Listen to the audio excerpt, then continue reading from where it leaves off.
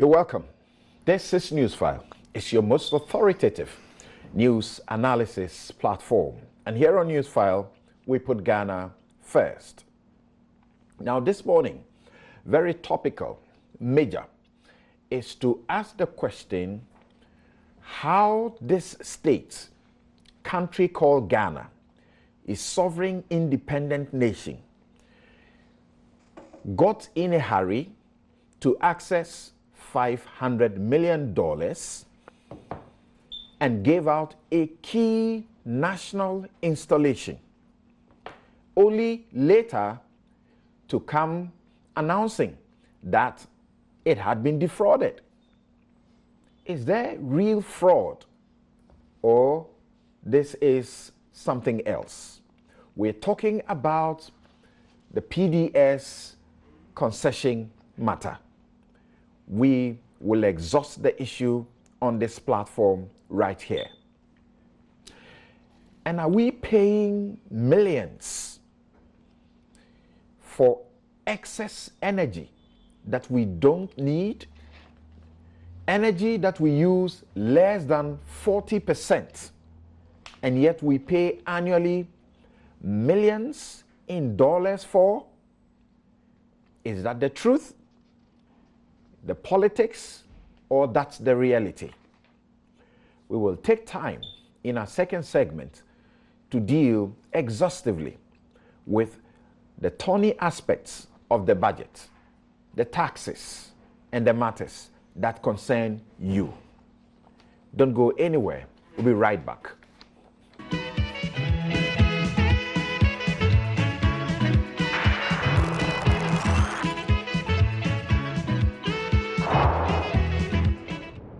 You're welcome back. This is Newsfile. It's your most authoritative news analysis platform. And here on Newsfile, we put Ghana first.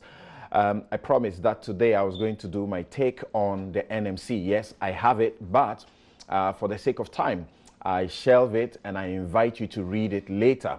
In my take, I show that the report, so-called purported report of the NMC, is farcical, and it is only intended to destroy a very important institution. And I show 20 reasons why every bit of evidence, every bit of point made by Manasseh or multimedia had evidence backing it, but none of the points made by the government had a single evidence backing it, and yet you had the outcome you had. So later you can read my 20 questions and issues about what I call the farcical report claimed to belong to the NMC's panel. Now, something happened last night, and it's taking social media by storm. And you have forensic analysts on social media already, people who know how to, examine human, remains, making claims. All of a sudden, experts all over the place. But how did this happen? There's been a retrieval of remains, human remains, that are associated or retrieved at the spot or at the residence of the suspect in the 3 missing girls in Takoradi who went missing. That's about a year ago, right? We've done about a year. And the association is that they may have died, they may have been killed. But what are the facts? We'll deal with that very briefly. Let me go to the phone lines and speak to Kojo Yankson. Kojo Yankson is right there and has gotten a lot of information as to what is going on. Yes, Kojo, what can you report? What do we know at this point about this operation by the police last night? Good morning, Samson. I can tell you what we know and what we don't know, so all right, that we are clear. What we know is that yesterday, at some point in the afternoon, a house in Kansawurodo, which is a suburb of Takoradi, suddenly saw a lot of activity from the police. First, a few officers arrived, and then a few more, and then some others arrived with sirens blaring. This house is the rented property of Samuel Udoteg Wills, the Nigerian prime suspect in the Takrady kidnapping case. Very soon, the house was cordoned off and the police were conducting a search. They did some weeding around a septic tank on the property, and then a tanker was brought in to suck out all the contents of the tank, following which some remains were retrieved from this tank. Now, the remains are specifically skulls, human skulls, or skulls that appear to be human. They were then boxed away and taken away by the forensic team. This is what we know for a fact. And the human skulls you refer to are more than one, correct? Yes, correct. There were two.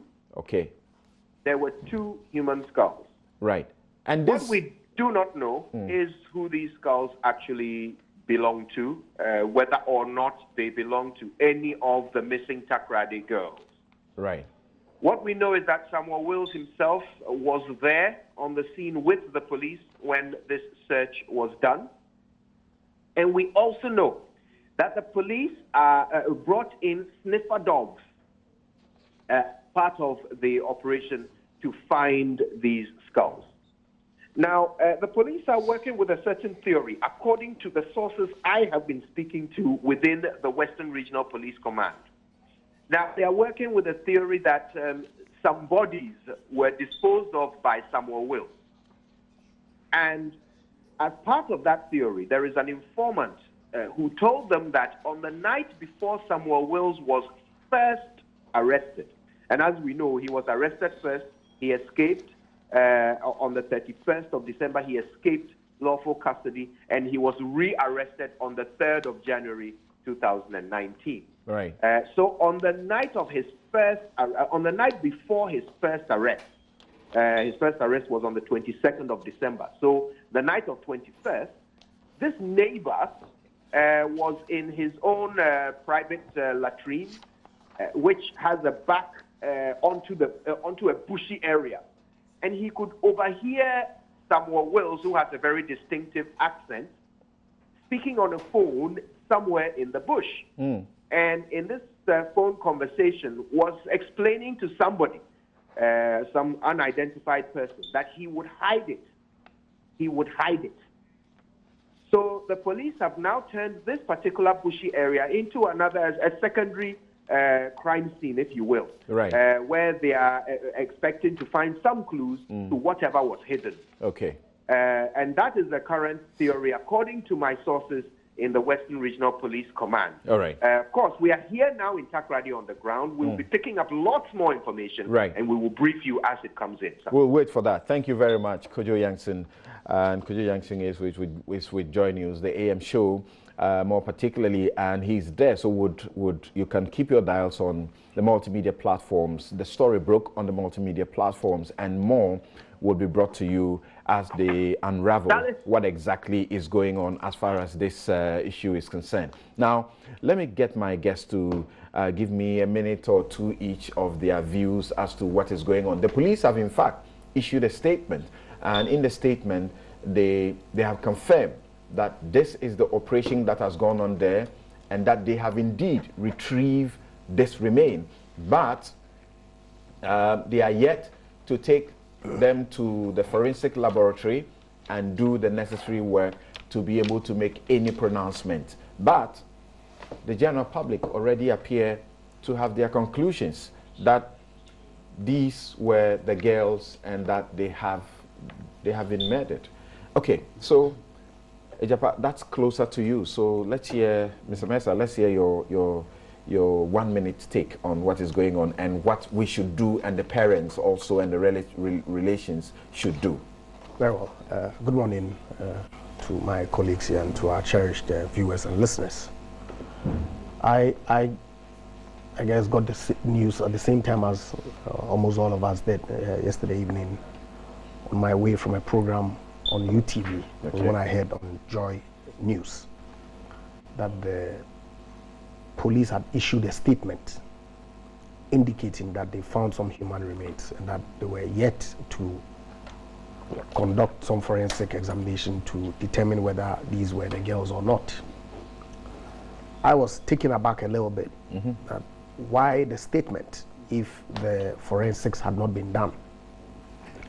But now I was prepared to give them the benefit of the doubt because, of course, the operation was conducted in the neighborhood where others reside. People definitely must have seen the police conducting that operation. They possibly could have seen that some human remains had been recovered. And so rather than for the police to wait for the issue to be put out there and speculated upon, it was important for them to inform the people of Ghana that following their investigations, this is what had been done. Having said that, I think that it is important that we quickly get the police to conclude their forensic investigations to provide that with some certainty as to whether indeed these were the girls.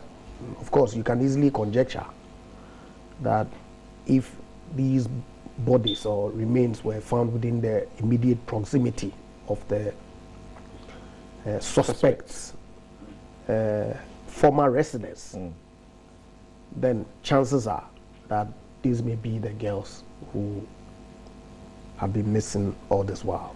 Okay. It would be unfortunate, particularly having regard to all the matters, information that have been put out there by the police themselves.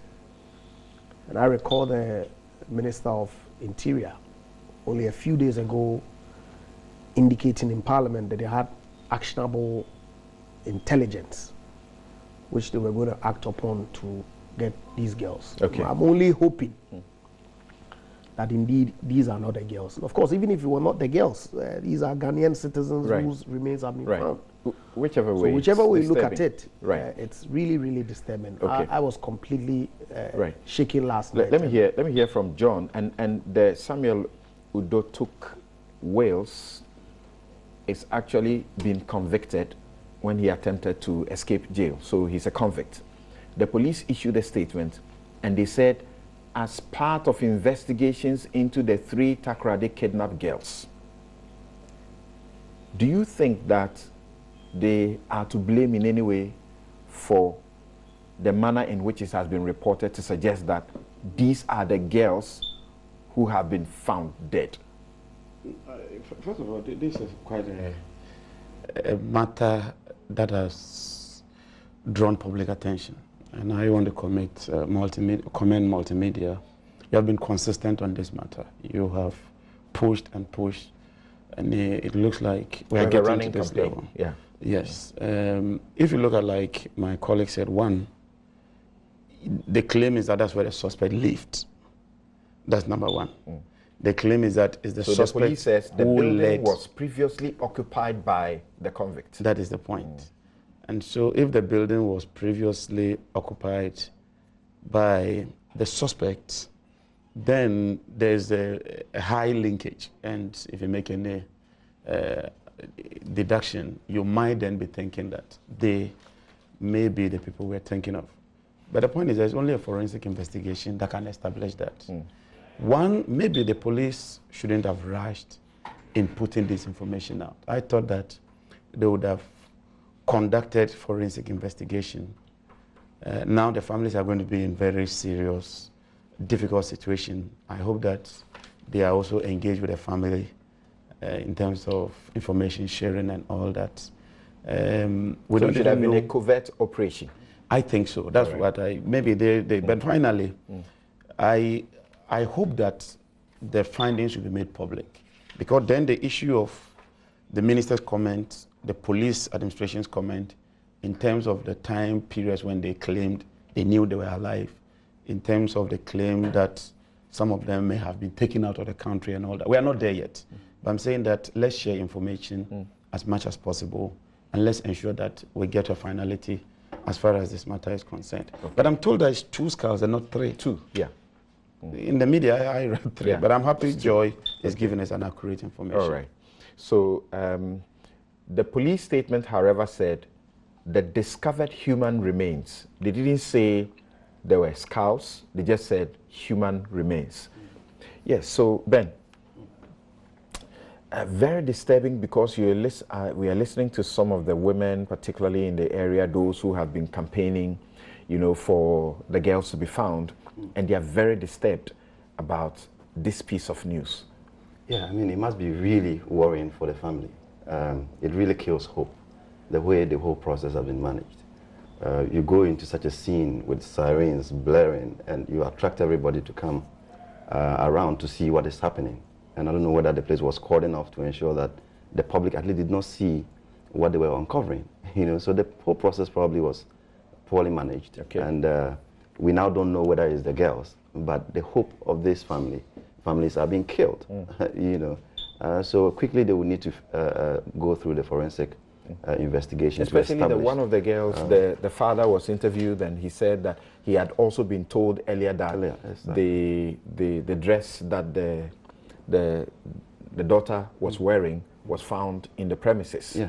Yeah. You know, Yeah. and so it actually puts them in a situation where they can't think beyond the speculation now. Yeah, exactly. Maybe the dress was just taken off and it's lying there. But at this point, hopes are killed, and we have to manage that process to ensure that at least to attend to the family, have some psychologists working with them. Right. In the meantime, whilst investigations are carried out speedily to ensure that. A very important note there, David. Certainly would need psychologists' attention.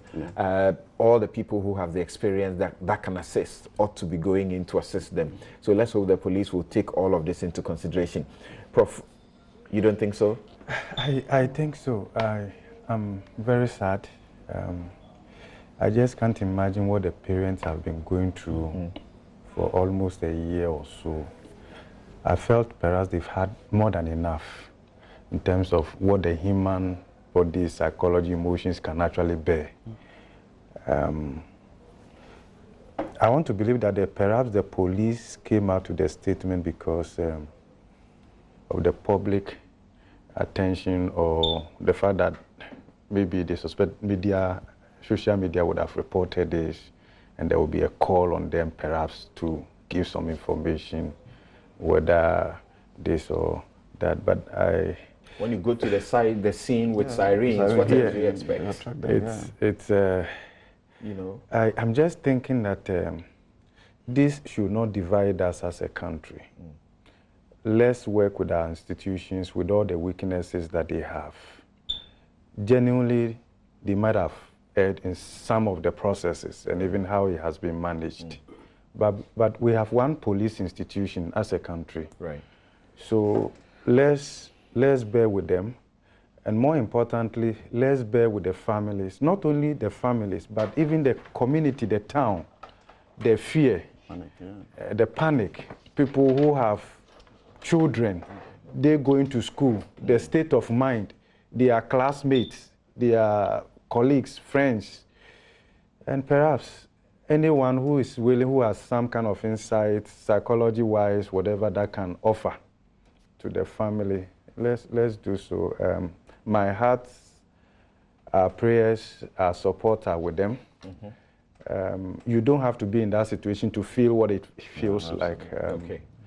I'm just hoping that the Lord will strengthen them for them to go through this. Thank you. Thank you very much. And we can all hope and pray that they will be found alive.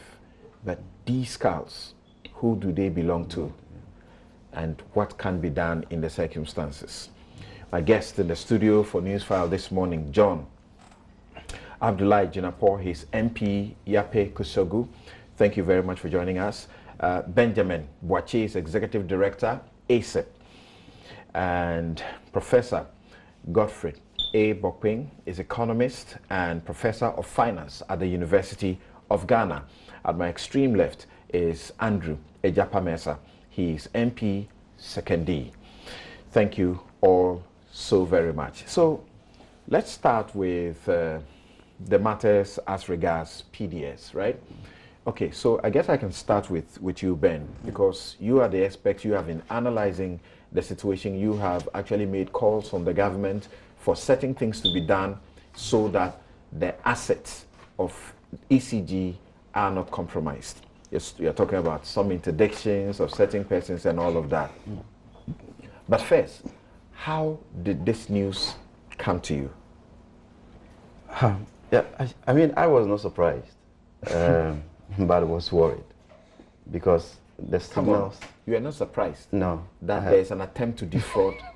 I was not surprised that we got into that position because the signs were on the wall. The way the process, transitioned along the line into secrecy and into limited information into the public space. You're not surprised that we could be toying with assets worth how much? 18 billion from us. 18 billion. Yes. Dollars. United States dollars. Yeah. Okay, go ahead. Yeah. So, but it's deeply worrying that we could give that asset out without proper security to ensure that the country's interest is at all times protected, because it's our asset, that we are giving out for someone to manage. So it comes back to how the contracting and everything happened and what Parliament approved and how portions of that contract were changed at some point to allow this to happen. Because changed without reference to Parliament. That's a concern you have. Exactly. Okay. Because if you look at the contract that was sent to Parliament for Parliament's approval, the requirement for security of that 18 billion asset was that they should provide a liquid bank guarantee. Or liquid bank guarantee. Yes, guarantee. on demand. So meaning what? It means that it should be liquid. If ECG walks to the bank and say, PDS has not fulfilled this obligation, the bank should readily be willing to give the money to ECG. For the reason that we are trying to clean up the power sector, we want to be able to pay the generators, we want to be able to pay transmission, so that the doomsaw and the problems we have, the recurrent debt problems, are resolved. So ECG should not owe the value chain.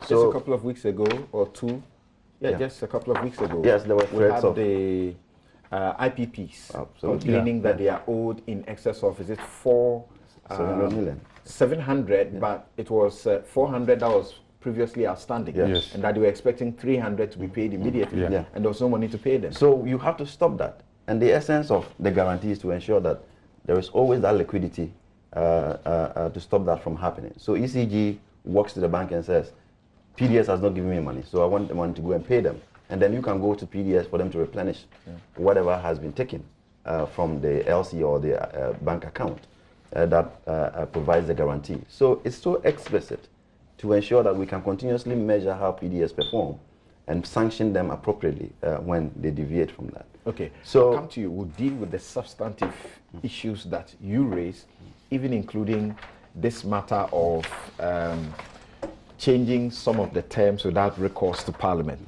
But can we get from the scratch, from the basis? The compact is a Millennium Challenge Account compact, and there was an opportunity to access $500 million, correct? So that we can improve our electricity sector. It is your government that began the process of accessing this compact. So walk us through a bit of the journey, how we have come to, potential fraud. Sometimes I'm going to do exactly that. I try to be as precise as I can and as objective as I can. This compact is the MCC, Millennium Challenge Corporation. Bear in mind, we did Compact 1, and following successful completion of Compact 1, Ghana and Tanzania were selected.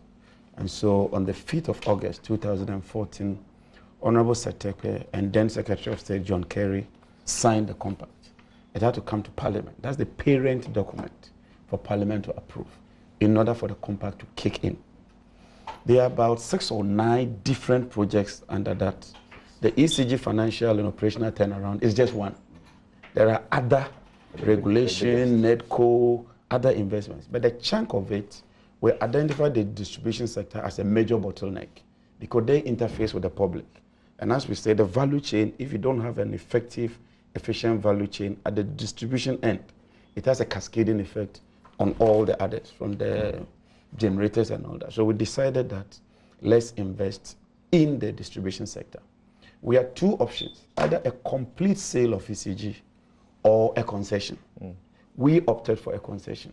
If we want to debate that, that's another section. We went through the process starting with the RFQ, which is to say we are asking for people to pre-qualify. It's not everybody who would qualify. After RFQ, you go to RFP. Having been pre-qualified, now bring proposals.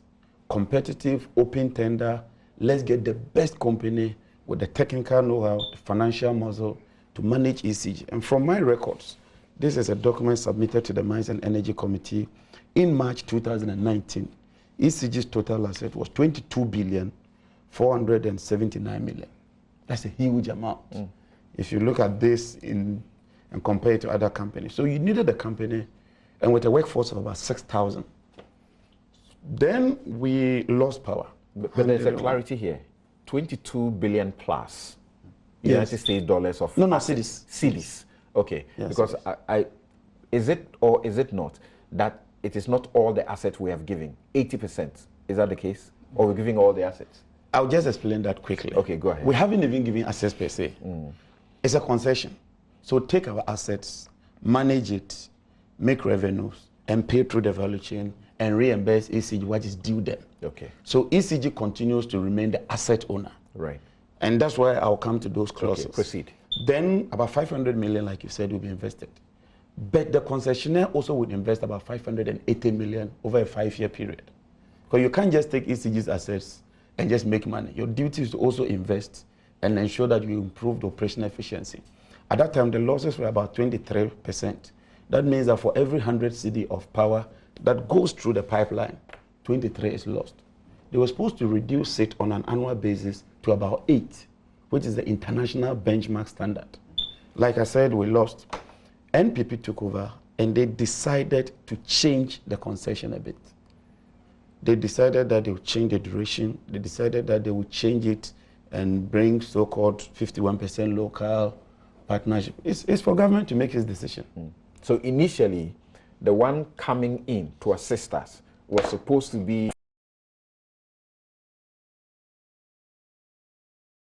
all of it. No. But the NPP's decision after a one power was that we will give 51% of the stake to Ghanaians. No. We don't want. Yes, explain that. No. We insisted that you have a minimum of 20%. That was a threshold. You could go up. Okay. NPP says a minimum of 51. Okay. At that time, we had pre-qualified about 6 or so companies. We had categorized them into tier 1, tier 2, and tier 3, based on a proper laid down criteria. So when they took over and they changed the structure, all the category 1 companies pulled out. All the category 2 companies pulled out. And we're left with Miracle of Manila and BXC.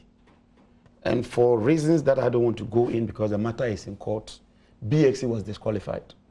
So we're left with a sole company. BFC didn't leave on its own. No, they didn't leave on their own. They were disqualified. They are in court. All right. That's why I said I don't want to get into that matter. Okay. At that moment, I began to ring and to sound alarm bells. That look, if you wanted a 51, then prepare a fresh document, open up the RFQ, so that they can then come and be looking for local partners anyhow they want it. Then you go through the process. That is what I proposed. And I issued a quite some statement, but that did not happen. Fast forward, we are left with only one company. So Miracle is selected. And at the time, you were literally the only man in charge of the sector. I don't understand. I had left power. You had left. No, I mean, when you're saying the proposals, when you were making the early stages. Yes. At the stage before you left, before your government left office, you were the only minister in charge of the energy sector. No. I wasn't even a minister. Deputy minister. I was a deputy minister. No, he was deputy, but he had no minister. I had a minister. You had a minister Full subsequently. minister. Okay, thank you. When- No, finance minister, but not energy. He was the only one left. No, let me explain the architecture for you. Under our constitution, I can't act as a minister. Okay. Unless I'm appointed I go through vetting and I'm sworn in. I can't even sign certain things. I cannot be a cabinet member. And so in Ghana's architecture, anytime there's the absence of a minister or a vacancy, another minister is appointed to act. And in that ministry, a lot of people have acted for 1 year, 2 years. It's not a new phenomenon. Okay. So Honorable Tekwe was appointed as the supervising minister. So he was occupying 2 portfolios. Okay. And I was his deputy. All right, good. Admittedly, I did a lot more work under him because he gave me a lot of leverage and he had so much to do. So that is it. But he was the minister. So we've left office, and I'm saying that when I began to ring the alarm bells, I was then a member of parliament. I had left power. Then, as part of the conditions, this concession ought to come to parliament for approval. So I have a document here dated 3rd July, signed jointly by Honorable Boache Ajako and Ken Foriata. 2018. 2018. Right. To appear before us for. That is where I can then peruse the issues and look at them critically. And I was looking out for some issues because we had 45 conditions precedent. All those 45 ought to have been met before PDS takes over. So it wasn't PDS. When they came, it was Miracle. And they said that, look, we want Miracle. We'll give it to Miracle. Then Miracle will go out and look for local partners to constitute that 51. And that's what happened. I thought that was problematic. So after Miracle was announced as the winner, some companies were incorporated. I thought that was problematic. Then when they appeared, I looked at the total list of companies. Then I realized that number 18 had a particular company, TG Energy Solutions. So I went and looked at the parent document and realized that they had the majority share in the Ghanaian structure, 18%. But in Mida's document, they didn't even have physical address, like office address.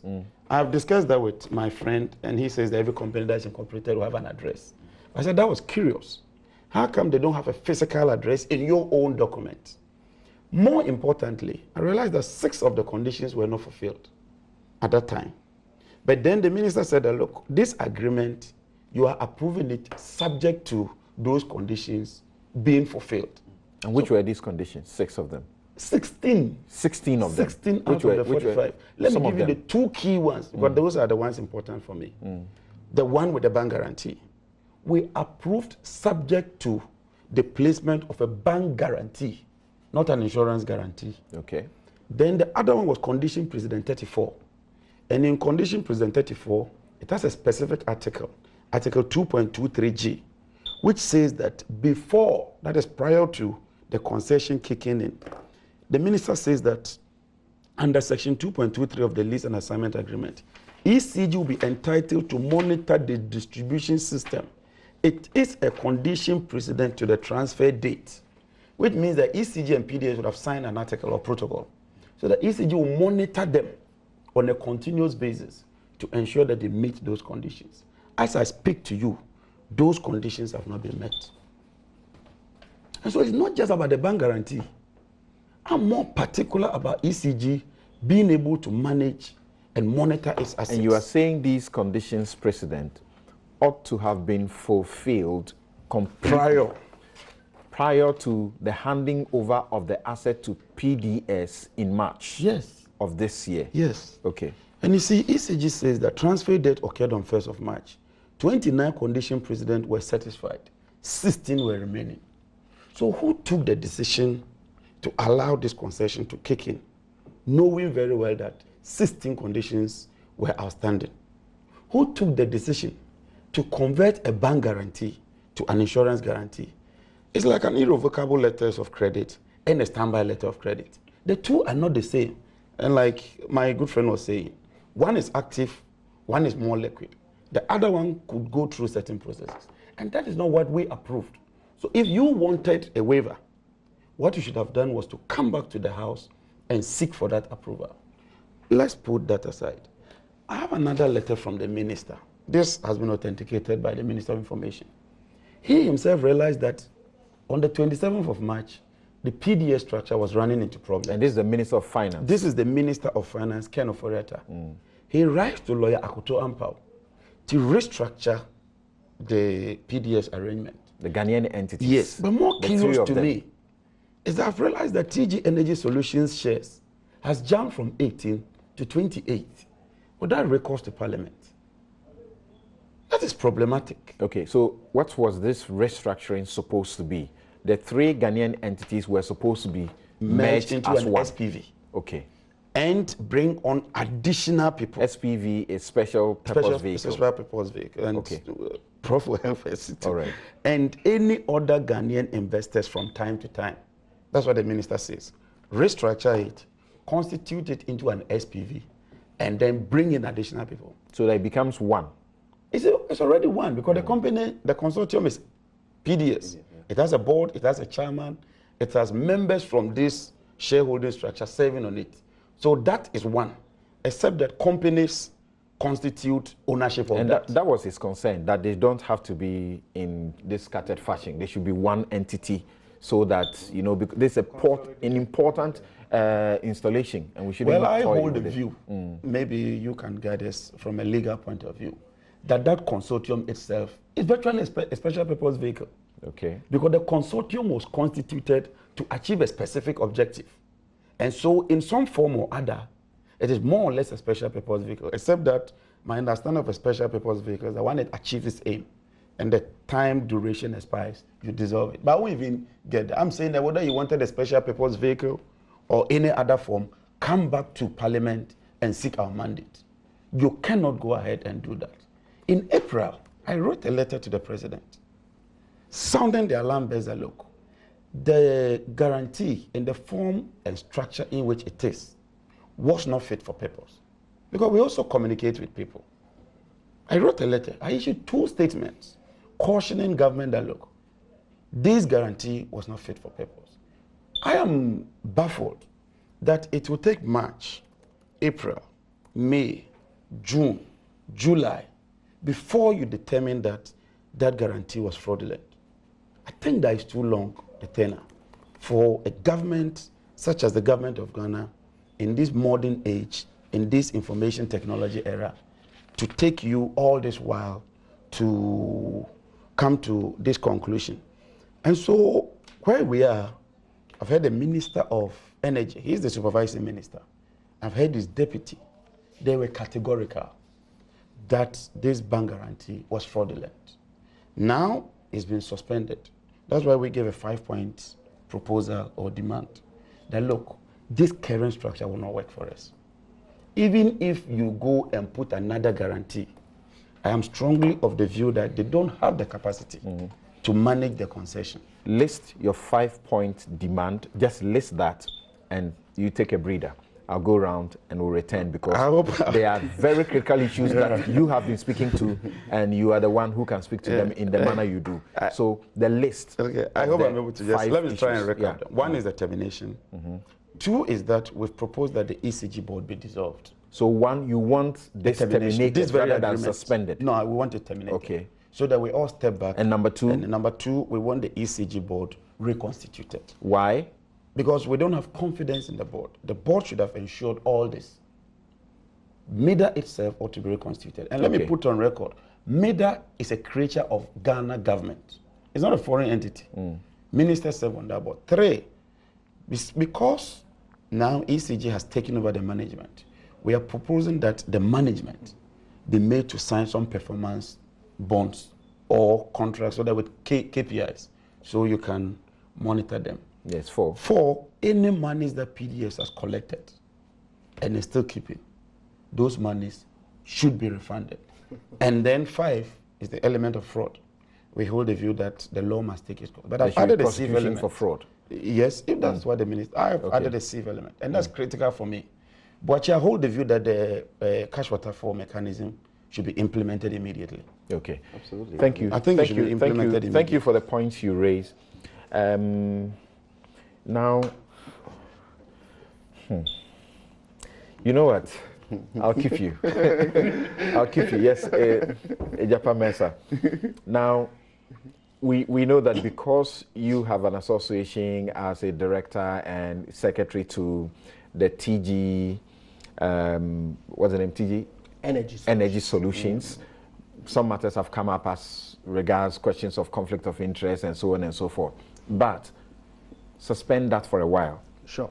And let us understand what went into the decision by government after it took over the process to go on this path rather than the original idea, and eventually dissipating the vehicle in a way that there are suspicions that, as the minority says, was a clear case of create, loot, and share. And these are party cronies who have just been brought together to come to do a vehicle. Some of the entities, they have no expertise, no experience whatsoever in the field, and yet they were brought on. And to make them better qualify, where you can't meet the conditions, they were lowered without parliamentary oversight. Well, Samson, this matter requires a lot of cool heads because there's been a lot of red herring that has been thrown in out there purely for political purpose. You see, I hear my colleague John say that some variations, some condition precedents were converted without parliamentary approval. Correct? Yes, please. Okay, Samson, you are a lawyer. This is the agreement that was approved by Parliament. The condition precedents are contained on Schedule 2. And in there, it has 4 columns. Number, condition precedent, responsible party, consent required to waive. What does it mean? That Parliament itself, in approving the contract, gave power to the parties to waive, vary, or change some of the condition precedents.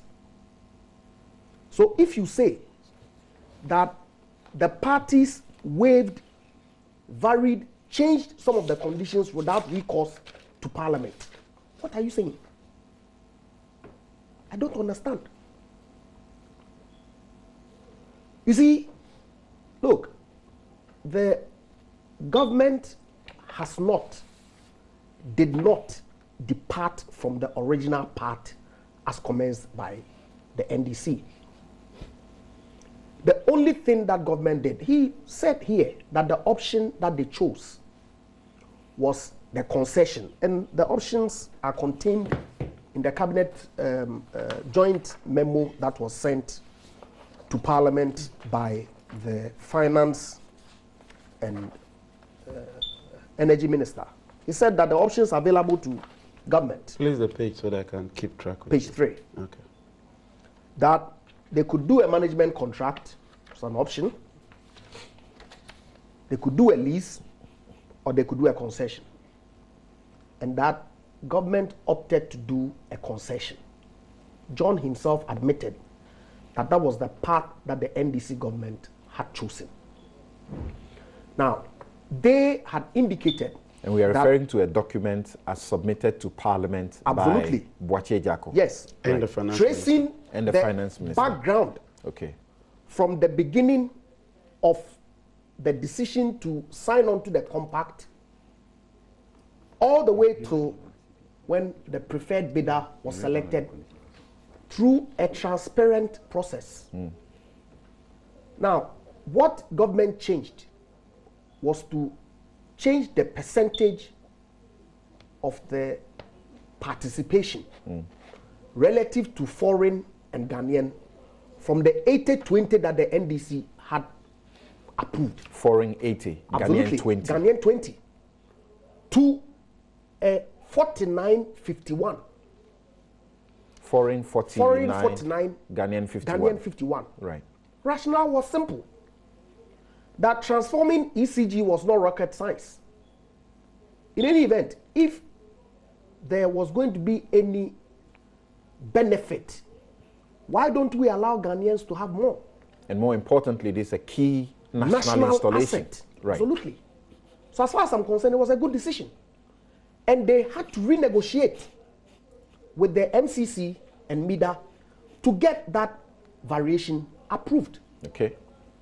The process continued, of course. People had done their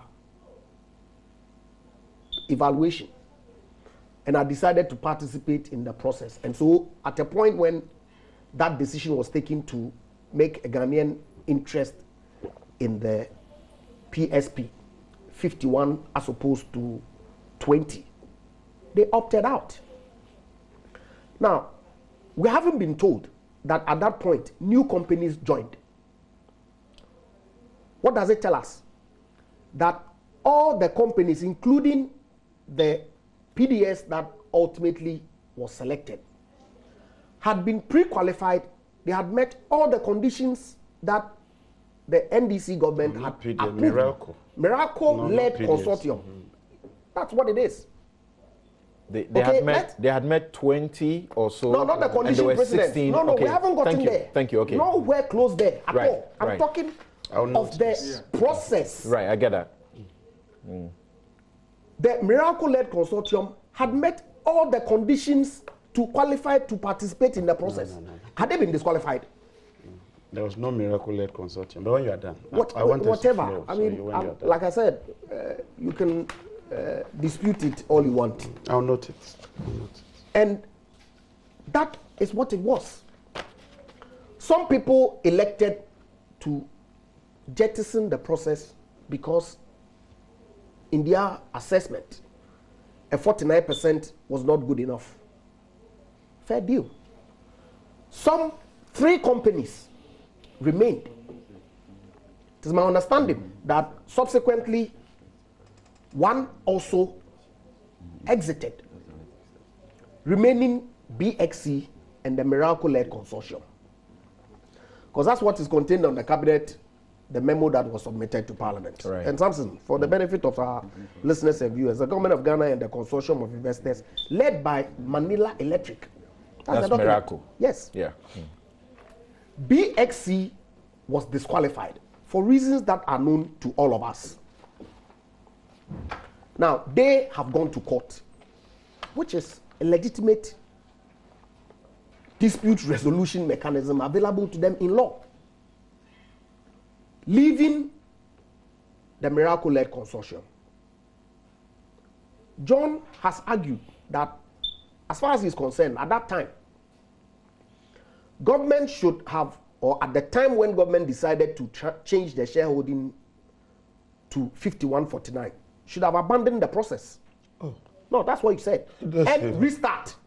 I didn't say that. You said so. No, please. Very well. Abandon which process?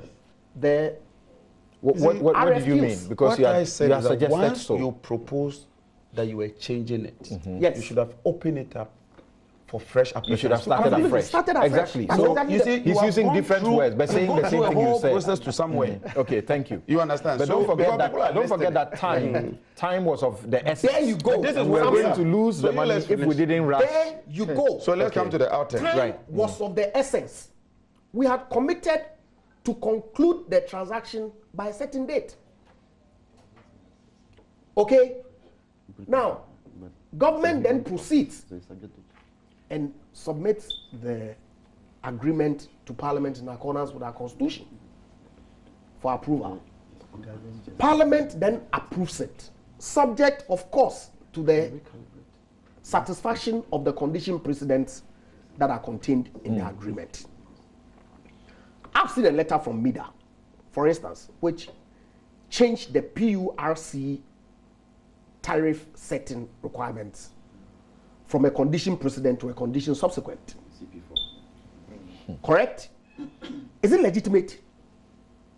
You have shown in the schedule that the condition precedent, Parliament allowed the parties by consent to vary or amend. It was a rhetoric question that I posed. All right. Can you mention that CP again? CP4. There's a letter agreement. No, the earlier CPU. This CP4. The Condition precedent 4. CP4 is initial tariff. No, it's a column. It's a column in the agreement. This CP4, initial tariffs. No. It's every condition precedent is subject to variation. And what they give to the PDS. variation bit is what I'm. No. This It's is what on they there. give to PDS. It's on there. I can show it to you. Okay. It's a column. You in there. read a bit of it. Just read that again. Let's read that again. Can you just read it? I'm saying that. Can you just read the portion you referred to earlier? Yes, the one that says which said the can parties vary. could consent to vary. Hold on. The schedule is in a table. This what Yeah, happened. the two. I know the schedule. No. Hold. The schedule is in a table form. Yeah. And the table has columns Yeah. and rows. Number 1, 2, 3, all the way to 48, I believe. 45. Now, that's column 1. Column 2 is the condition precedent. Column 3 gives a responsibility to who executes or meets that condition. Yeah. Okay. And column 4 is the consent to required to waive. Okay. Can you read So that each small of them- portion? Consent Consent required to waive. Yes. What do you have there? That's the heading. So you're for reading. 1, it says both parties. For 2, condition 2, it says both parties. For condition 3, both parties. Condition 4, both parties. Some it says ECG. Some it says Ghana. Some it says ECG. Some it says the company. Some it says both parties. So I'm saying that the parties to the agreement had the power. Okay. So we can come and deal with this, whether there was wisdom. I want us to go there. There is, if this is what it is, Yes. there's wisdom in doing so. That is Samson, it. you are a lawyer with extensive experience in corporate practice. Is this unusual? Is it? I'm host. Yes, you Let's are go. host. Yeah. But you see, it's important for us to deal with the issues as they are. Because others are suggesting and impugning wrongdoing on the part of government. Is it legitimate? That's the question. Is this And what so- what No, hold on. has No, brought the but government the no. problem it is now confronted with? It's not saddled with any problem as far as I'm concerned. Government says it is. Hold on, I will deal with it. No, the energy Samson, minister. You see, The energy minister, And I'll be blunt. I John think the energy Peter minister Amawu. misspoke. He what? You know why he He misspoke? misspoke? You know why?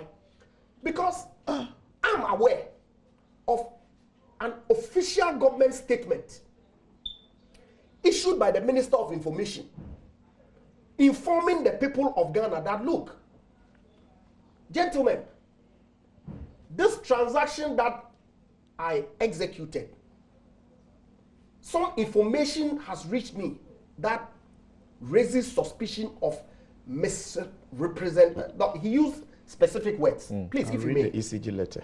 It's in there. Understand? The ECG letter. And so, because of that, material breaches. So, because of that, I've suspended the transaction Pending investigation. pending investigation. So, what is the basis of the minister telling me that is fraud? That's the sector minister. I don't have a problem. The That's what information I'm saying, that minister. you see- The information No, hold on. minister will speak. You see? Will speak on the dictation of the sector minister on this matter. Samson, Correct? Post that. Uh, Post that. The Minister of Information has held a joint press conference at which the Minister of Energy was present, right. providing us with an update of the status of where we are and indicating that government has set 1 month to conclude the inquiry that it has commenced. How do I, a trained mind, impugn fraud on anybody when the inquiry has not been concluded? The energy minister has done so. I don't have a problem. He's not told It's us for that him- he's amended that Samson, position. Yeah. It's for him to answer. Okay. I'm saying that from where I sit, Right. I am working with the official position of government, Okay. which is the statement issued by the information minister. So my Now, please, you may ask the my question. question was where you got to. Is it now fair to say that you brought this problem upon yourself Not at all. How so? because you decided to consent to waive a condition precedent, But that's where there's the which error. condition No, hold on, precedent hold on. I'm would have challenging- assisted you to avoid the situation Samson, you have I gotten haven't into now? said that the guarantee was waived as a condition precedent. I haven't said so. Okay. But it was changed. I haven't, look, of course, we know, and I've seen the document in the agreement, which says that PDS was guarantee. supposed to provide a bank guarantee. Right. Now, I've seen correspondence from MIDA, which refers to some request by PDS that they were having a difficulty raising the bank guarantee. And so, MIDA, which is the transaction owner, if you like, and I put it in quote, okay, to vary the bank guarantee and allow them to provide an insurance bond. MIDA agreed. Rightfully or wrongly, we can interrogate that. But then that insurance guarantee became the condition precedent. They met it. Post the meeting, and the meeting of that condition was confirmed by MIDA, the transaction advisors, and the lawyers. Was confirmed. So government proceeded to transfer the asset. Indeed, because of the timeline that government had to meet. And Ben, I'm sure you are aware that the final completion date was moved to September. So you don't... No, hold on. Because of timeline. Hold on. Wow. Was moved to September so that all the condition precedents that had been converted to conditions subsequent would be met before a final transfer. That is why the minister said that, look, yes, we have transferred, but we were entitled under the agreement to do a continuing due diligence, which has uncovered, okay, some issues that requires further interrogation. Where is the wrong? So this was a case of continuing due diligence. Absolutely. Have you heard that before? No, you see, well, you can condition subsequent. Okay. Oh, see, you like you said, as a lawyer, yes, you would have gotten into transactions where you are buying real property. Fantastic. For your clients. Yes. They need you to assist them. Yes. You are saying that even with that, how much? Maybe $100,000. Yeah, that you would find it okay to allow for a critical condition. Let me give you a typical. To be waived, let me give you a practical to be example. waived. You buy. Then you part with the money. Samson, I'm coming. You buying land. You are assisting your client. It's giving you all his title documents. You've reviewed it. You have done some unofficial search. Confirms all the documentation as being what it is that the lease agreements that you have confirms. But of course, you want an official search. Right. Time is of the essence. Your client needs place to put his head. I won't rush. And so you exercise a judgment. And this was an exercise of judgment. Do that. To say that, look, even though I do not have the official search, but my unofficial search and all the documents that I have gives me comfort. So proceed once we obtain the official search is a crime.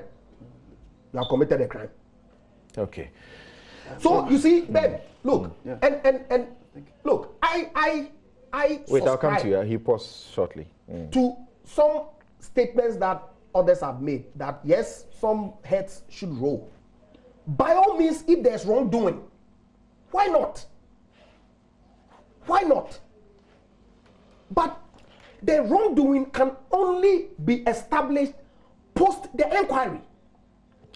We are not there. From the documents we have seen so far. Yes. Including the communications that have come from Qatar and from the ECG. Your view is that there's no wrongdoing established yet.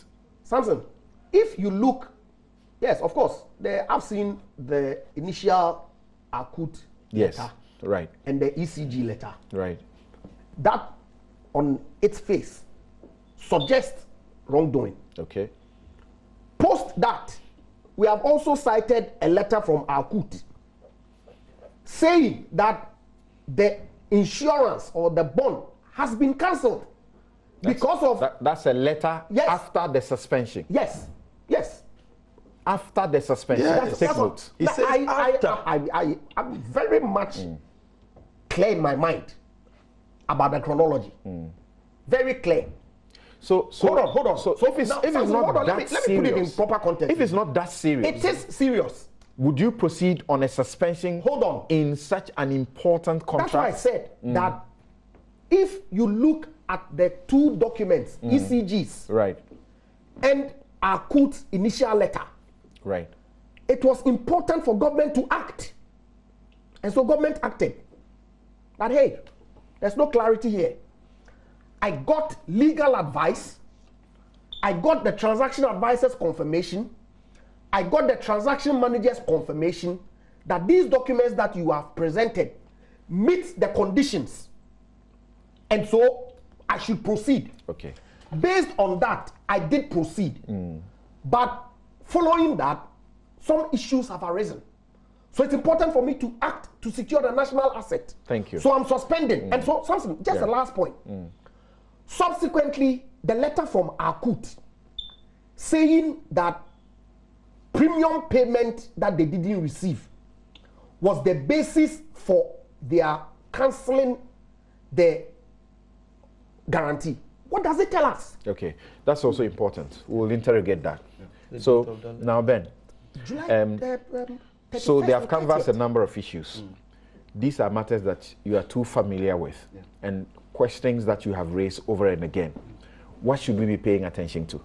Yes, I think this insurance thing, we should properly situate it against the national interest and not mix the issues. For me, what is important to me with this revelation is that at one point, the national interest was sacrificed, to change it to insurance, so that the conversation about whether it is legitimate insurance, somebody misrepresented, it's not as material as the fact that what guarantees our interest for handing over the ECG assets to PDS was sidestepped. And I read to you, I mean, if you check the compact is very specific about MIDA's role in the section 3(1)(b), and I'll read that. It said that the government hereby designate the Millennium Development Authority as the accountable entity to implement the program and to exercise and perform the government's right and obligation to oversee, manage and implement the program, including without limitation, managing the implementation of projects and their activities, allocation resources, and managing procurement, and it continues. So they are clothed with the responsibility to advise government and ensure that the process was right. So if Parliament approves a document that says that you need bank guarantee before you hand over this asset, MIDA had no locus in advising government to go and take insurance, as we're being told here. No, he's not just telling you. Yes. He's showing you that Parliament actually gave room for the parties to consent to waive, amend, and whatever. And that's what they did. The reason why this agreement went to Parliament, and that particular instance, the waiver is not given to PDS, but it's given to ECG. It means that if ECG wants to waive that component, they will still have to go to Parliament, because it is the government is the owner of the asset, and ECG is representing government. So, and it changes the agreement substantially. So I'm surprised that we allowed this not waiver. what you think. By the document that Parliament worked on, Yes. they gave responsibilities to those who are supposed to determine what. Yes. If you needed a waiver, who must consent to the waiver? So it is not, does not lie with you to now nominate to say that it has to go back to Parliament. When Parliament has chosen the people who must agree on that. We can leave that to even lie. But even if you check, we haven't seen ECG waiving it. Are we clear on that? Okay. ECG hasn't waived it, and we were told that it's No, I'll MIDA quote that what ECG says to you. Okay. I'll quote what ECG says. ECG hasn't waived that. So we should now quote it go for and trace who actually allowed that waiver You are done. to happen. So that is the fundamental problem we have here, to have allowed insurance instead of, and in fact, MIDA holding the national interest should have advised government that insurance cannot replace that liquid guarantee that is required to ensure the national interest. Let him tell us what ECG says about the waiver, whether it consented or it did not. Tell us that now. You would have your take later, but tell us that now. I beg you, I have a lot. No, So let's do that let now. Prof. Let's do that now, right now. No, quote, please let Prof. Tell I'll get us for what you. it is that ECG says that is different from, or suggests that it did not consent to waiving the guarantee in the manner that we are told. Samson, just give me Okay, 2 or you 3 look for minutes. it. I'll look for it. Look and for it. read Yes, I yes. read it. No, Ben didn't finish. He's itemized Yes, some so things. I was just making the point that that waiver, I've asked ECG, maybe they can come out to confirm. They did not waive it. Okay. So whoever waived it, I mean, I just heard a point that MIDA advised government to go ahead and do that and change it. Okay. For So not to interject, something with all due respect. Not to interject. You see, if the terms of the bond no, but again, I also heard you that different from what is contained in the agreement, then we may have questions to ask. It's different. But as far as I'm concerned, you see, Samson, and some of these things, some of us are in practice, and so we know. If an insurance company, A-rated by whichever ratings agency, provides a guarantee, it's as good as a bank guarantee. No. Please. Look, you see, Samson, Okay. today. Sorry. So your point is made. Thank you. Please, why Let's can't proceed. you do that? No, Let's proceed. please. Let's proceed. How? Let's proceed. Yeah. maybe I should address the point about MIDA realizing that the PDS. Professor Bopin will tell us whether they are the same or they are PDS could not raise the bank guarantees. That at that very point, MIDA should have realized that these are not the right people to hand access to. It shows that they didn't have the balance sheet to raise guarantee. If you go to the bank, you have two options. You can say that I have assets, and based on these assets, I want a guarantee for my investment, or I'm going with my cash flow. You know, so if you have assets, if you are liquid, you could go and get a guarantee. So if they were not liquid, to be able to get the guarantees required for the takeover. That was the point where. Yes, that's the point where. So the person tells you, I don't have capacity to raise money, and it's okay, let me waive it and give you insurance. I mean, it doesn't really protect the national interest, and I think that is where the problem is, and that's where we should focus. So from the onset, they would have exited. Exactly. And then we look for whoever is qualified with the necessary financial muscle. You tell MCC, we went through a process to get a capable company to manage ECG assets. We didn't get. Okay. And it's a human process. And additionally, you may be suggesting, and I've heard you guys say, the process should be managed such that it doesn't bring cost to us. Absolutely. So that if at that point they were exiting because they didn't meet the conditions, you don't get to spend a dime.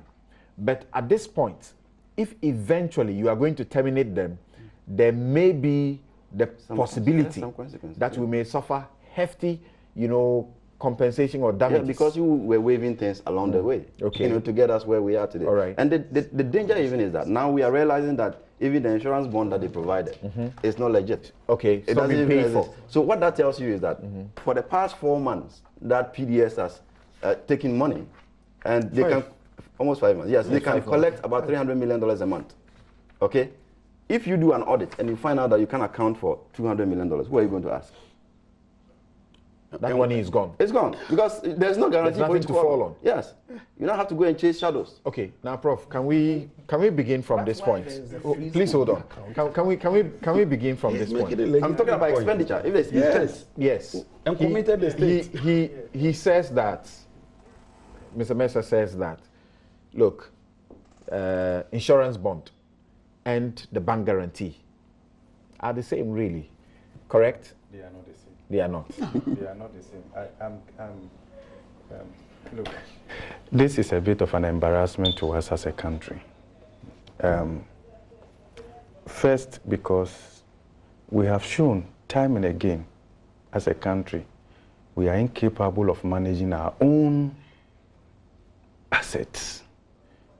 State institutions. We have partnered various institutions in the time past, foreign strategic investors. Okay. What happened?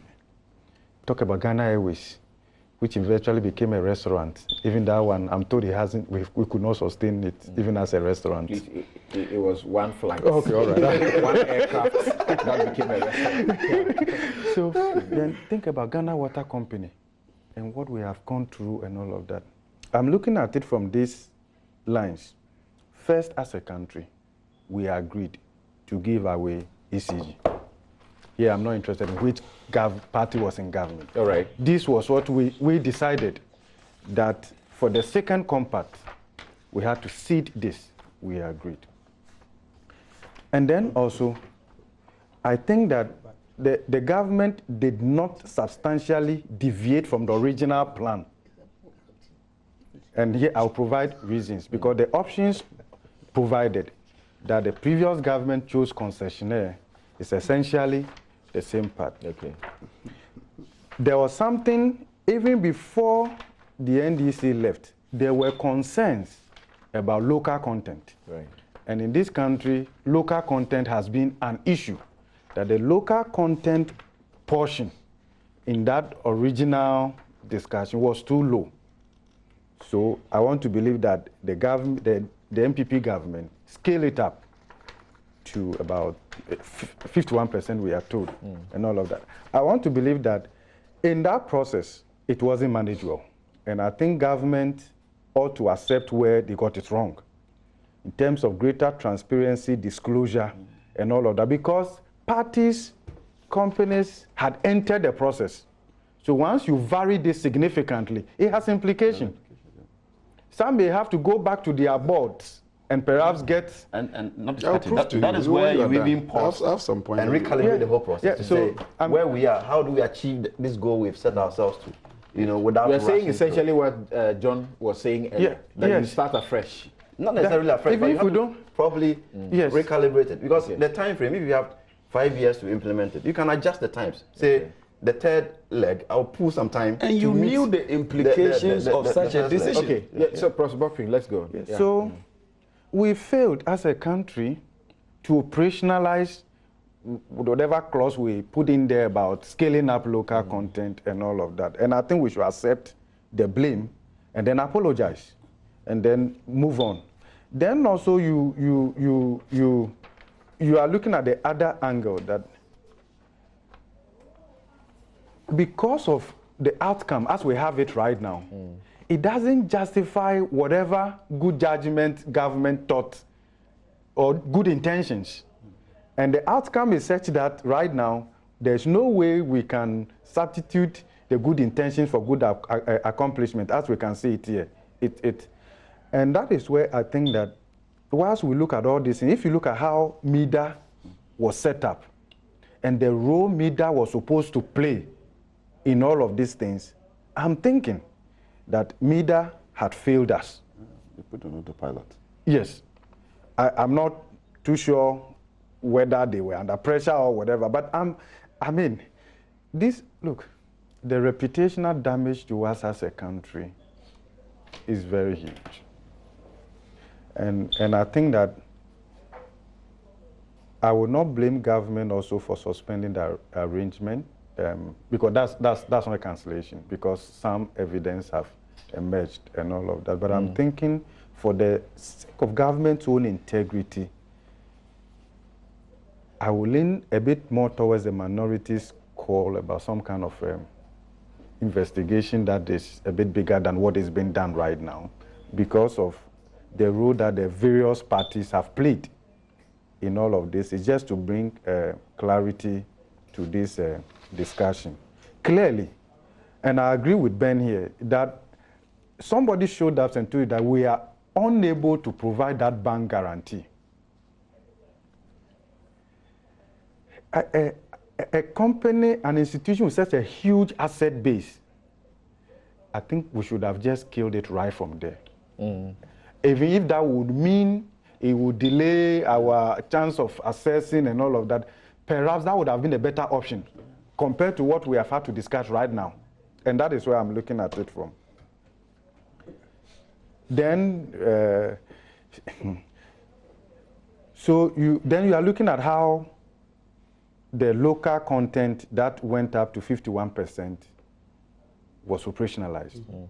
And I am of the view, my considered view is that it could have been managed in a much transparent, a better way than it has been done right now.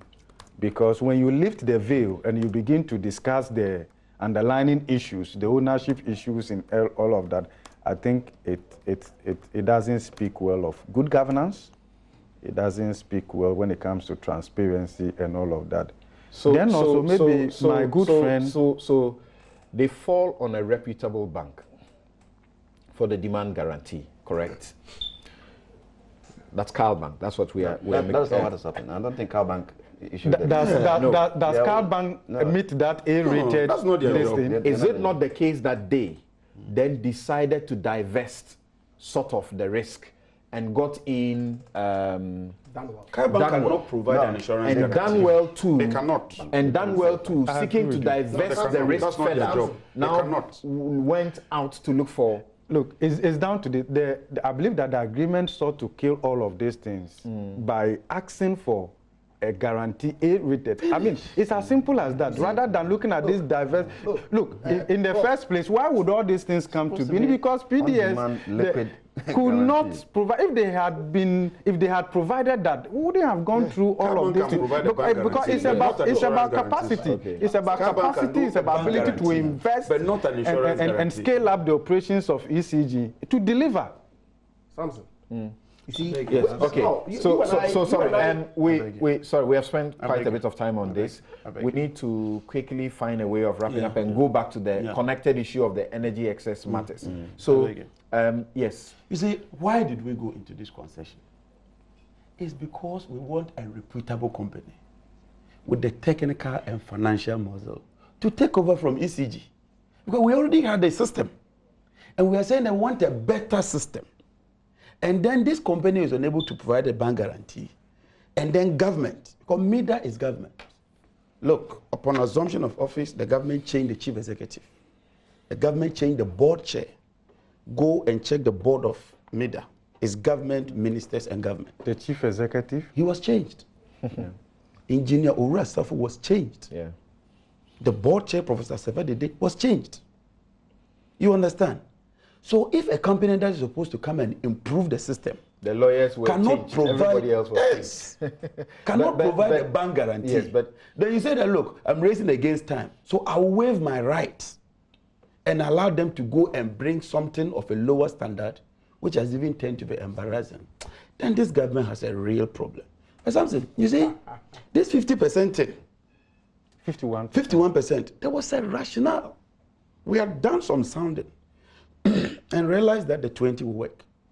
Once you did the 51, the winner of this concession was announced on the 12th of December 2017. It took them more than 6 months looking around to get that so-called Ghanaian partnership. all of that added to the delay. Added to the delay. Time wasting in meeting. So what are we talking about? The timelines for the compact. So I talked about it was the a way we populist, operationalize it. but unwise decision. Because look, he was my lecturer. It's the outcomes that tell you whether you did well or not. You can choose to go to America through the West. You can choose to go through the East. Once the globe is round, eventually Columbus will get to America. But it's how you get there and the outcomes. So if this is the embarrassing situation we are realizing, then you tell us that I had the right to waive my right. I had the right to waive my right. The question I wanted to ask, these were rights. May I ask you the question then? At this point, the government has pressed a bit of a panic button, a very serious one.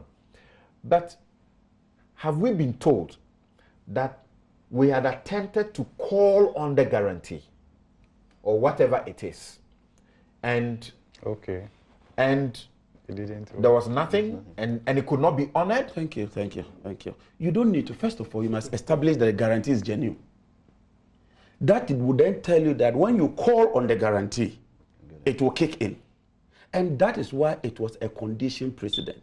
And that's why I raise a point that for the government of Ghana, my brother, to spend 5 months. Look, this is serious business.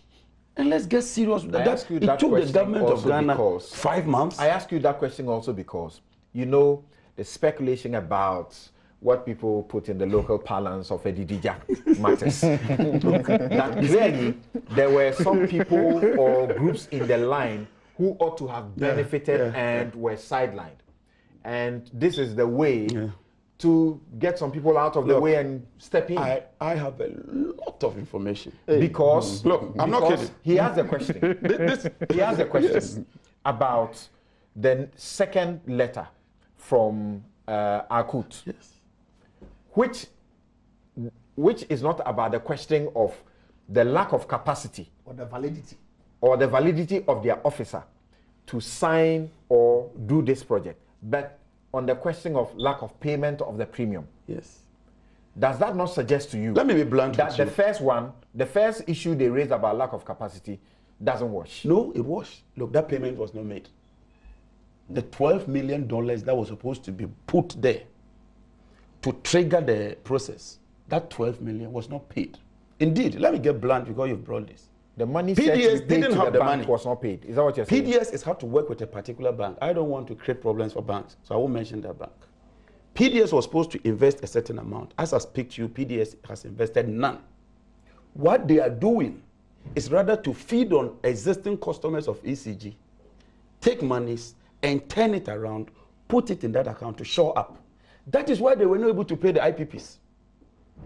They needed to hold that money for a certain duration. That is why they couldn't pay the IPPs, and the IPPs began to threaten. Look, this matter is a serious matter. Anybody who has Ghana at heart, let's forget about NDC MPP. Let's ask, if Ghana were your property, if Ghana were your company that you intended building, is that how you would have handled it? Okay. Let's get patriotic sometimes. And stop these things. You sought to accuse him, the minority. no, you I sought don't to want accuse to get him of there. conflict of interest. No, I don't want to get there. Are you satisfied now that there is no conflict of interest, even though he's secretary and director of one of the I have companies? decided that on this program, I won't go there. Is it that you won't go there, or that you will say prematurely? You came forward with this. Or there is sufficient ground for you to go there. I beg you, I beg you.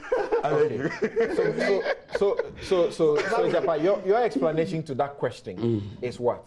That they are saying that you came to Parliament, you sat on these processes for a company you were involved in, you didn't make a disclosure, and so you were in conflict of interest. But Samson, you see, you and I know that conflict of interest is a technical, it's a term of art. Okay, you ought to be in a position of control, one, or that two, that you did not disclose that you have an interest and participated in a decision making. Now, all the documents that came to Parliament in respect of the Miracle transaction, okay, indicated that I was a director of TG Energy and secretary. So clearly disclosures were made. Now, in plenary, the allegation or the assertion is that because I did not wake up just when Mr. Speaker put the question to say that, Mr. Speaker, I have an interest in the company before the vote was taken. And I was there. I don't even recall, but it's immaterial. And so that constitutes conflict of interest. My simple response, Samson, was at that point, did I exercise control over Parliament to approve the transaction? Disclosures had been made to the committee, the recommendation and everything, the committee report that came, all included Andrew Mercer as company secretary director to a company that he had incorporated in June 2014. But you voted for something you had interest in. But Samson, that's why I said that two legs, right? It was deliberate, the distinction. Did I exercise control over, assuming that I voted, did I exercise control? In any event, if you have a conflict of interest or you are interested in a particular subject matter and disclosures have been made, are you barred from deciding on it? Assuming. You must try to avoid even the appearance. I agree, but the appearance of the conflict of interest. I agree with you entirely. That's why I said that you and I know the details of conflict of interest. And I'm asking you, as an independent arbiter in this matter, whether you think that my being present in Parliament constituted conflict of interest in this matter. I'm moderating. I'm not an arbiter. No, he didn't vote for it. I'm not so educated. He didn't vote. So All right. So he didn't. All right. Show that he voted. He didn't vote. The law is the minimum. Yes. So you should amend your process. You want to be able to avoid. So what should happen? 1 minute each. 1 minute. The two of you. What should happen? We take a break on this note and return to the question of the energy matter quickly, and then we can go to the other matters of the budget. What should happen? There should be a broader investigation into this matter. The results made known to Ghanaians, and then we have to maybe restructure this whole thing. If it turns out that it has to be terminated, let's learn our lessons. Let's put Ghana first. Thank you. Okay. Yeah, I think the investigations are ongoing already, but I don't see MIDA and IFC relevant in this conversation. I mean, they were paid $42 million to make sure that this process is credible, and it satisfies why we wanted to do this. So while that investigation is going on, I would think that those who partook in ensuring that the national interest was not properly dealt with should step aside. Okay. So Kofi Bentel has been following this issue very keenly, and you know that he was one of those who were at the forefront supporting the PO, the electricity company staff union, who were all, agitating and asking for a number of things. He raises a number of questions, but he points to some way forward. One of the things he raises that when the bidders pulled out, leaving Meralco as default, means we had no real evaluation. Yes, time was running out, but that also is because of the shambolic time wasting earlier and the mess caused by the 51%. As far as it's concerned, the 51% was a mess caused by grandfathering of staff was a problem. We went to court and asked that the whole process be relooked because of the many issues. Government said at the time that time was running and did not want to be in court. They prevailed on his client to withdraw. So the issues were not sorted out. Case was discontinued. Meralco showed little commitment from the beginning, and in the end brought no money. Asking ECG to use ECG assets as guarantee for their own bond. COSECA, that's a group that he was with, issued a press statement and specifically stated that the interactions revealed that Meralco was not sufficiently resourced or committed to the process. The agreement was rushed to meet the MCC deadline, but that's because we wasted time earlier. Then he comes to some solutions. He says that one, should retain the compact, change concession, divest government ownership, and appoint local management under contract. Two, retain everything, replace PDS. And finally, retain everything and ensure PDS compliance, i.e. they should pay up the capital and 51% holders should also pay. The first option. Yeah. We'll take a break here. We'll be right back. I thought you were going to get our take. It's okay.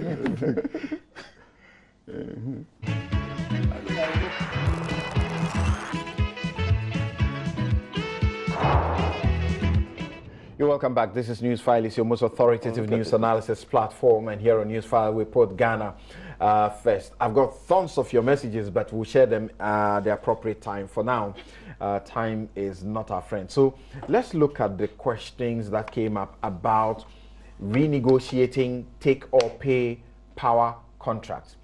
The Minister of Finance disclosed that the country is hemorrhaging because of bad decisions taken by the previous administration.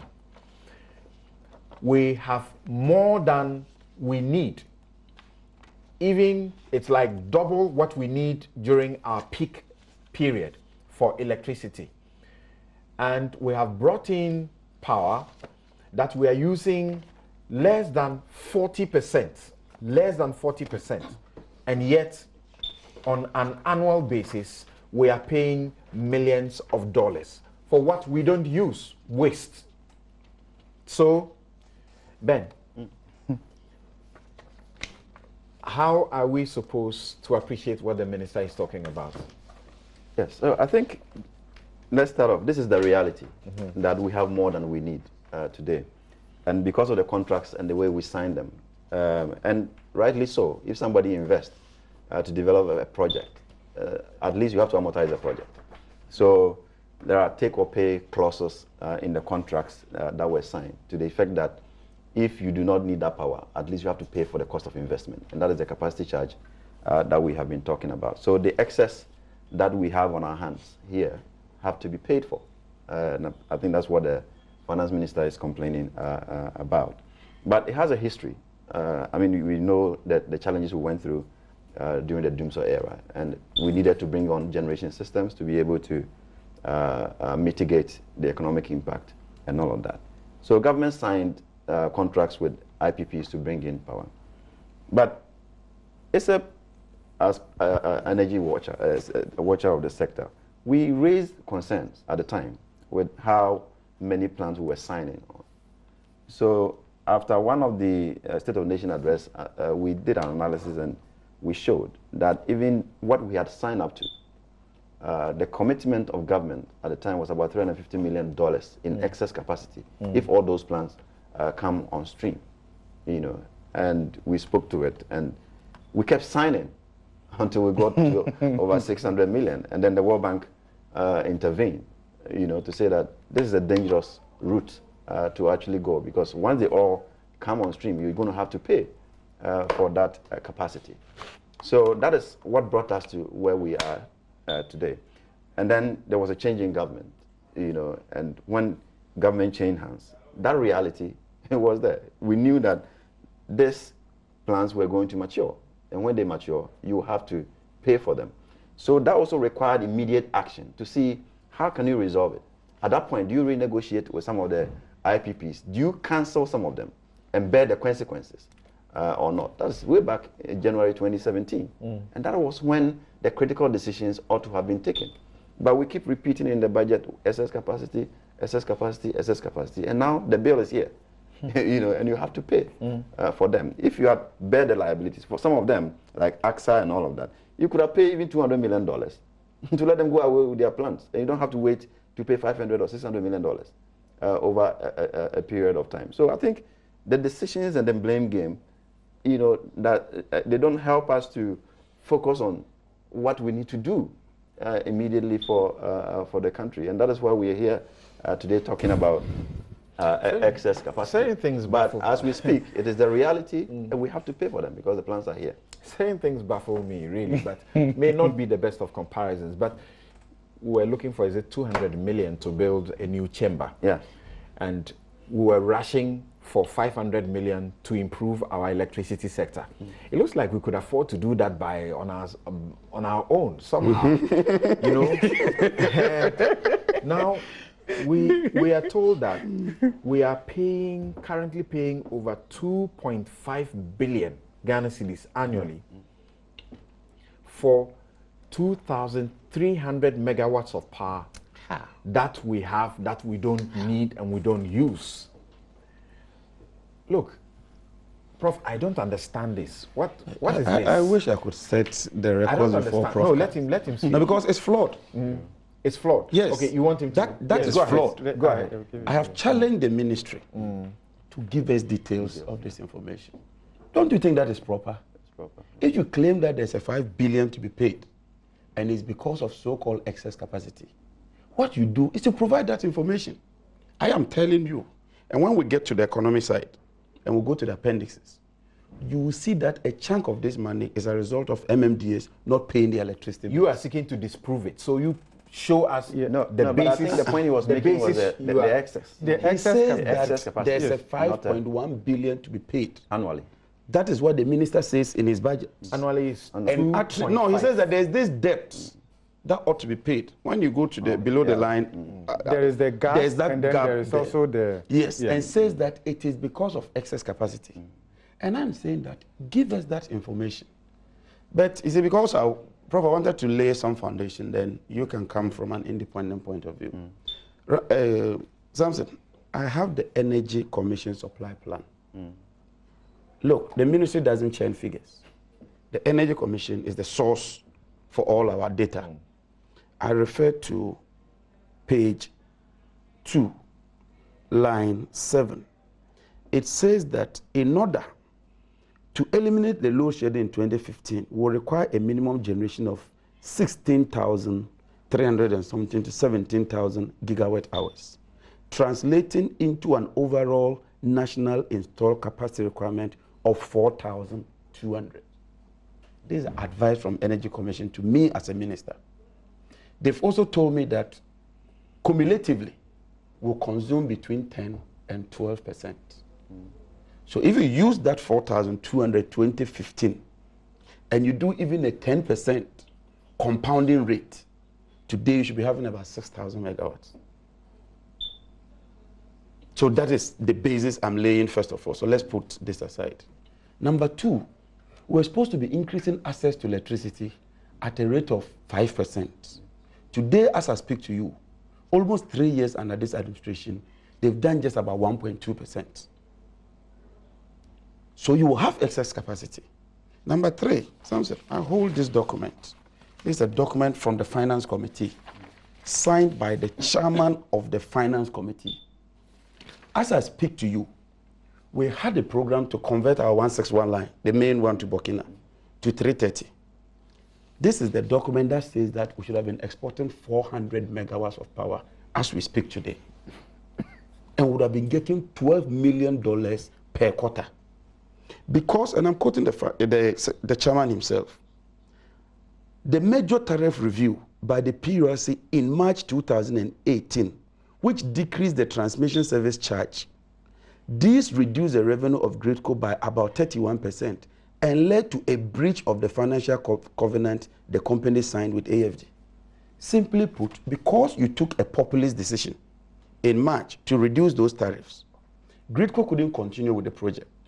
So power that we should have been exporting, 400 megawatts of that is stranded today. It has led to serious capacity charges. And now we are telling the ordinary Ghanaian that because of that, go and pay for that. I maintain the position. But John, that's not an entirely accurate representation. What is it? Okay, so quickly, we don't have time for. We don't have time. So we don't have time. So let him. I have a copy. I read the copy. Let him finish. I'm coming to you. Take it. So please go ahead. That because of this 31%, there was a breach, and so they suspended the funding, and because the funding was suspended, the program stagnated.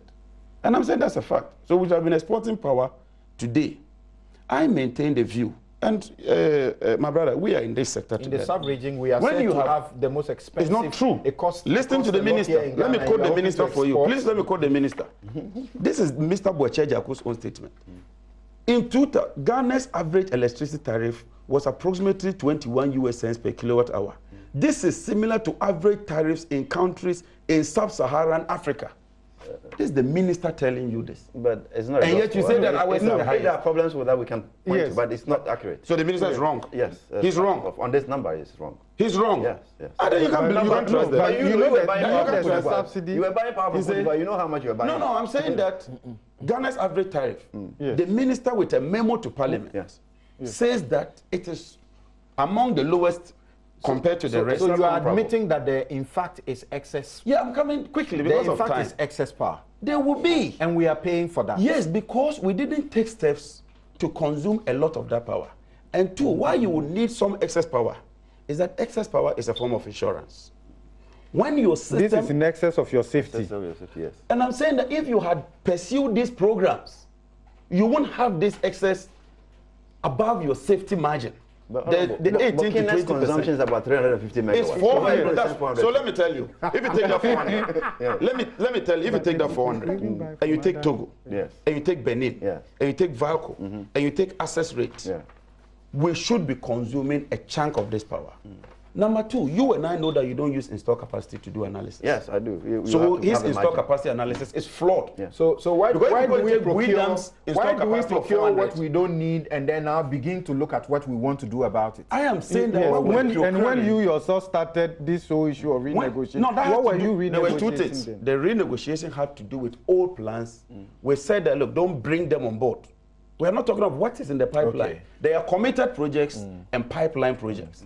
We said that let's renegotiate pipeline projects. In any case, look, in this world, what is wrong with renegotiating at any time? I was going to make a final point. So what it is that you don't disagree with the minister. No, I disagree with the minister's about numbers. the need to renegotiate this because they don't make And I thought the sense. minister's point was that this take or pay could have been done in another way such that we wouldn't have to pay until But we can come there. You see, the take or pay is not the problem. Sorry. Quickly. Yes, The problem volume is the fact that you don't need it. Yes. Because Yes. take or pay, And take or pay is not a question new whether... No, and but take or maybe pay a is problem not a because- new. Yes, because the we are minister not in a said position. we will never be in that in that regime position again of right take, now. Take or pay. The minister. But He's that- flawed. yes, Ask him. It cannot be. How can it be? The contract How is can that signed. be? You cannot just say that I won't pay you. Why did they not do You that? have to pay. So why did the minister not do that when they were in power? Negotiate with the As ugly company as and a take or agree pay. on a roadmap. As ugly as a take or pay. Stop interjecting. Senate power is a take or Stop. pay. Thank you. Yeah, Sorry. So it's your turn, please. This is how I'm looking at. The reality on the ground is that we are making payments for power that we are not using. Yes. That's a fact. It's burning through our international reserves. The And you governor of- cannot store power. that's the issue. And then what was the recommendation? The issue of renegotiating and all of that. Then, because I listened to the former finance minister when he talked about it, they recognized this problem and they started that process. That gives some credence to what the minister is saying, that this has to be done, because this is a country that is constrained when it comes to money, and so we can't afford to make those huge payments for not using those. And perhaps that's what I'm saying. That. So why would we spend our time to draft or get into a contract and put these clauses in there, and for we as auditor to say that, oh, now we even started to renegotiate those this thing, taking time, money, and all of that. But I'm thinking that, of course, we had problems. There's no doubt about that. In our resolve to maybe solve these problems, we were not that efficient. The implication is what is burning through our international reserves when it comes to this dollar payment that we have to make. For which reason it will have implication even for the stability of the city, because these payments are denominated in dollars. Okay. Yes. At least. Yes, Ejapa, stop the discussion there. Let's hear you. This is where we terminate this discussion. I mean, right. Ben and Doctor have hit the nail right on the head. And indeed, the finance minister has confirmed. But he has a proposal that the experts say he's wrong on, because he can't have that. No, but you see, he was What mentioning proposal are you using referring to? installed capacity.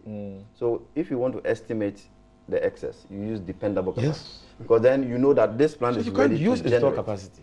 You know, so if you use the dependable capacity, there's still a problem.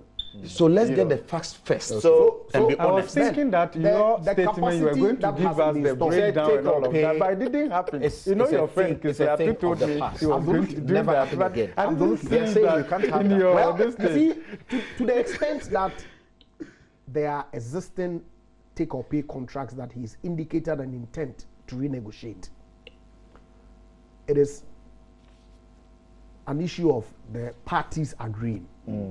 Yeah. But what I got the minister to be saying is that going forward, we are not going to execute take or pay agreements. no, he says he will not pay take or pay. He said that he was categorical. He said from It's a 1st contract. August. Yes, from 1st August. All take He will or only pay. pay for what he needs. won't pay. He's going to pay No, for no, only I what have he a uses. text. Not the budget is Oh, there. please, I'm reading the budget. Read the budget. Read it. Paragraph 152. Consequently, government has resolved as follows. To convert all take or pay contracts to take and pay but that contracts. cannot be Hold unilateral. on. Yes, I agree. Accordingly, starting August 1st, all take or pay contracts will be renegotiated. I thought that was These were his words.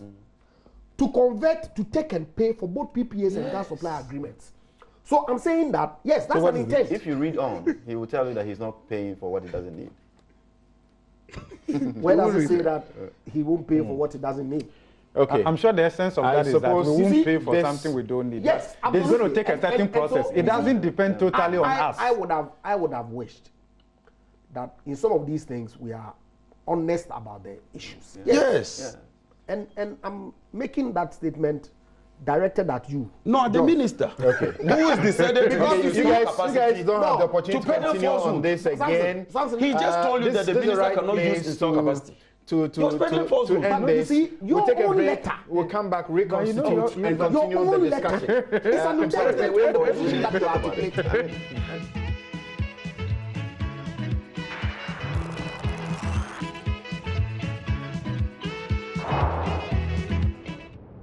You're welcome back. This is Newsfile. It's your most authoritative news analysis platform. And here on Newsfile, we put Ghana first. And Ben Boachi has taken leave of us. And in place of Ben Boachi, we have Doris Anyate. And she will assist us to, as it were, assess the budget, aspects of the budget. What are the sticking points, areas that some people appear to pay a lot more attention to, the communication tax and also the ESLA, the increment in that area, which is going to affect everything. But are there other areas that people are not paying attention? So welcome, Doris. Thank you, Anyate. She's a chartered banker and CEO, Crescendo Consult Limited. Thank you very much once again. Now, let me share just a few of your messages with you. And Dr. Theo Champong, you know him. He's been contributing to the debate on the energy issues and the power matters. And he says there is a big difference between a more liquid bank guarantee and an insurance guarantee, regardless of whether the latter has been underwritten by an A-rated agency. Mr. Mesa should come again. We messed up. Let's be honest about it. The state should cancel the PDS agreement and start the process again, or get a new Ghanaian-led ECG management with measurable KPIs. We should ring-fence ECG's toxic assets into SPV underwritten by the Ministry of Finance, and then ensure clean balance sheet with the new management structure. The Morocco-led consortium never had the money for starters to run the ECG asset. You guys, how do you know all this that the MEDA and the government of Ghana didn't know? Okay, Mohammed Tijani Musa says, I think we should not run into conclusions about the missing Takrade girls. They are yet to confirm it. Okay. Akwesi Obeng in Ajuso Besiase, I commend the government for being vigilant about the operations of PDS. Talking about continuing due diligence, right? Some NDC members are speaking as if the performance of PDS was bad. The current problem is about their guarantee, not their performance. Okay, Like Musa seriously. Abato. Okay, so my guests in the studio are asking you, like seriously, including Professor Boku. Okay, so Musa Abato and Kumasi says, the question is, who changed the conditions precedent to conditions subsequent? The whole PDS transaction is shrouded in underhand dealings. Where in the world will due diligence be done after a contract is duly executed? What's Martin Amidu waiting for? Eja Adam says MIDA supervised the entire process of the ECG PDS concession and all Ghanaians' explanations. I think people who understand the issue at stake must be circumspect and objective in their explanations. A last one, Kwesi Annan says, incompetence at its peak, NPP, we have the men. Okay, John Sewa says, no matter how they try to explain or justify it, it was a fraudulent act. We don't need any explanations. Thank you. So that's where I ended. And then we return to the matter of the mid-year budget review. I'll start with Prof. Bokwing. Beyond the communication service tax, which people are looking at, I've heard a lot of commentary about that. The telcos are not happy because they said they were not even consulted. Also about the IPPs and renegotiating.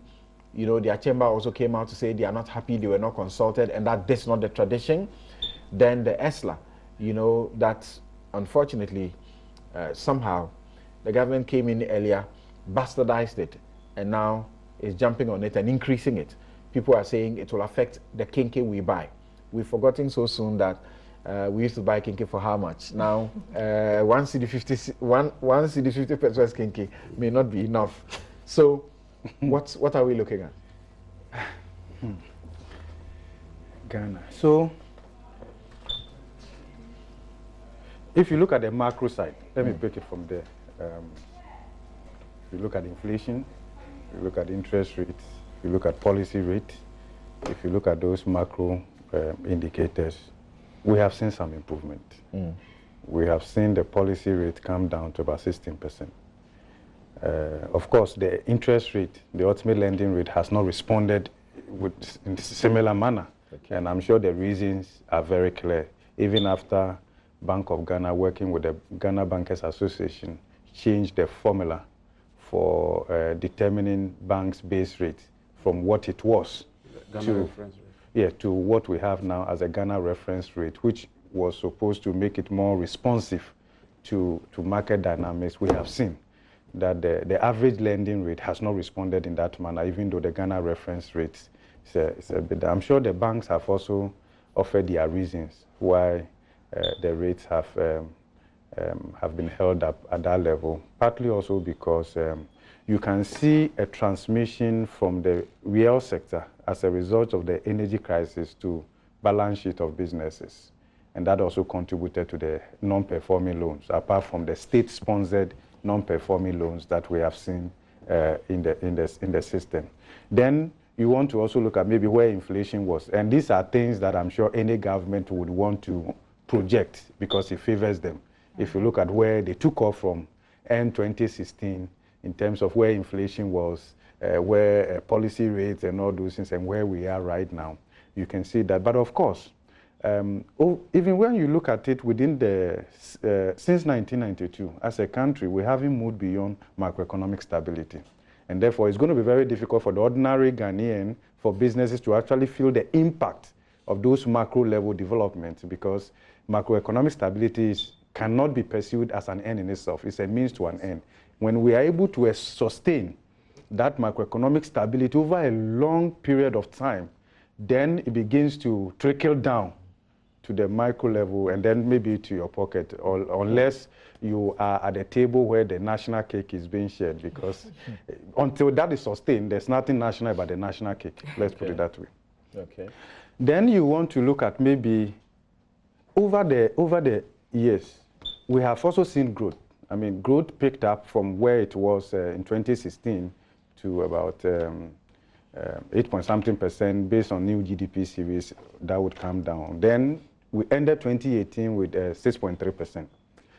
Then again, you want to look at the quality of that growth. And the quality of that growth, I want to link it to the composition, the disaggregation, and then look at the non-oil real GDP, because for me, that's my focus.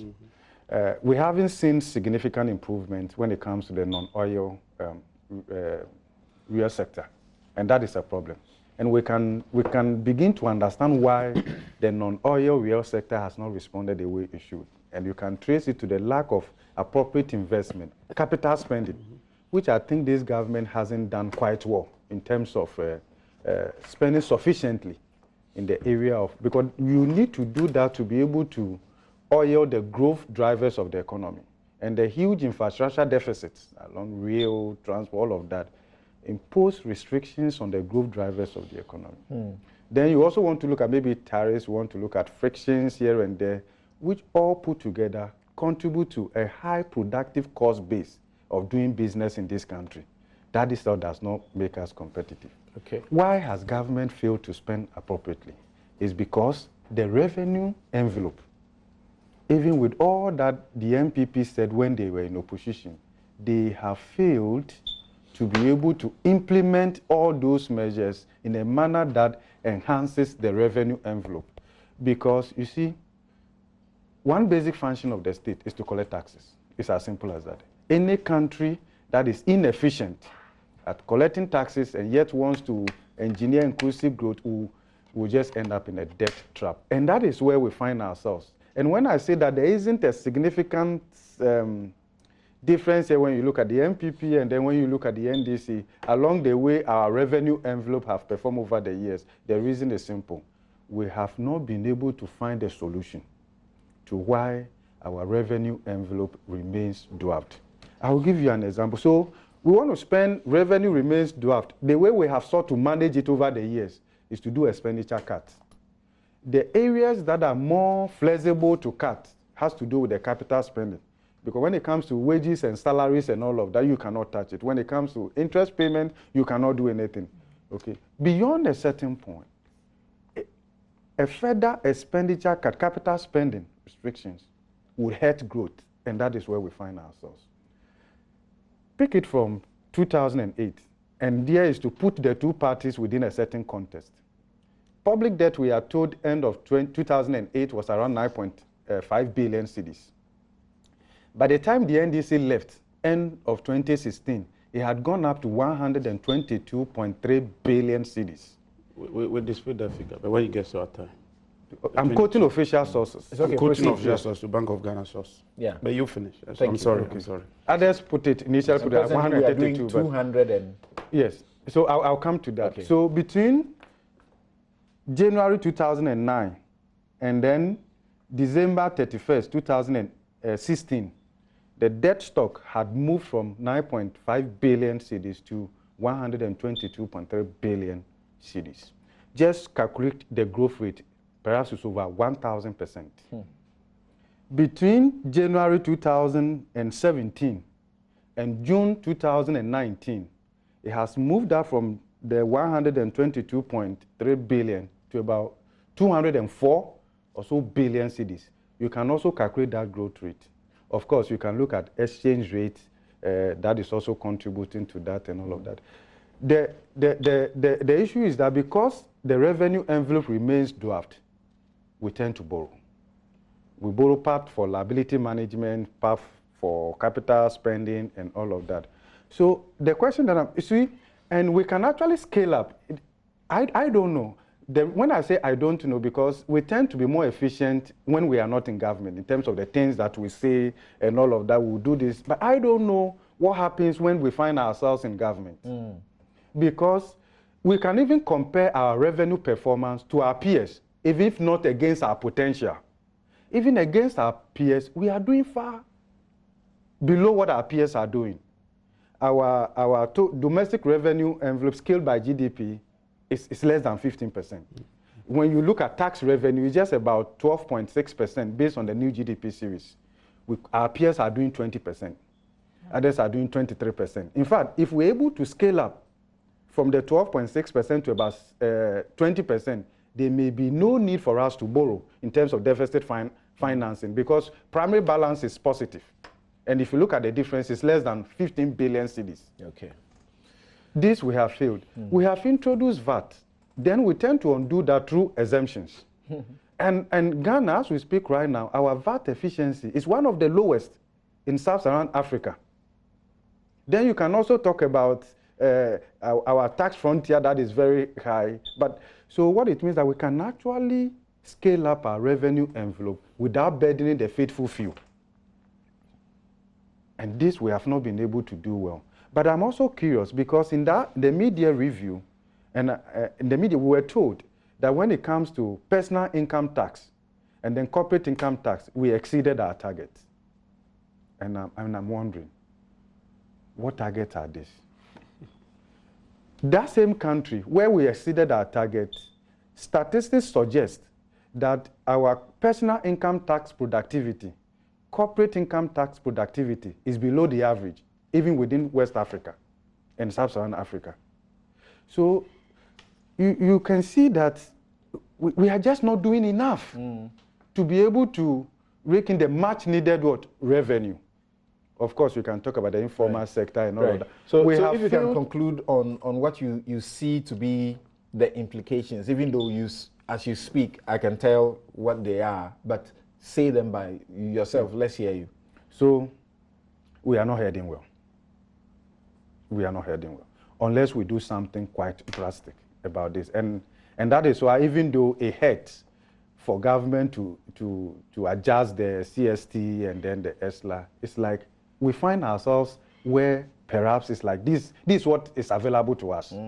Then we tend to sympathize a bit. But you are looking at the real effect because when it comes to ESLA, which will translate to petroleum prices, even when you look at the Ghana Living Standard Survey, the proportion of the disposable income, the average Ghanaians that they spend on transportation is very high. Then it fits into other prices and all of that. Look, the kenke seller, may decide to adjust the price or the size or the quality as a result of all of this. And so because of that, we have borrowed.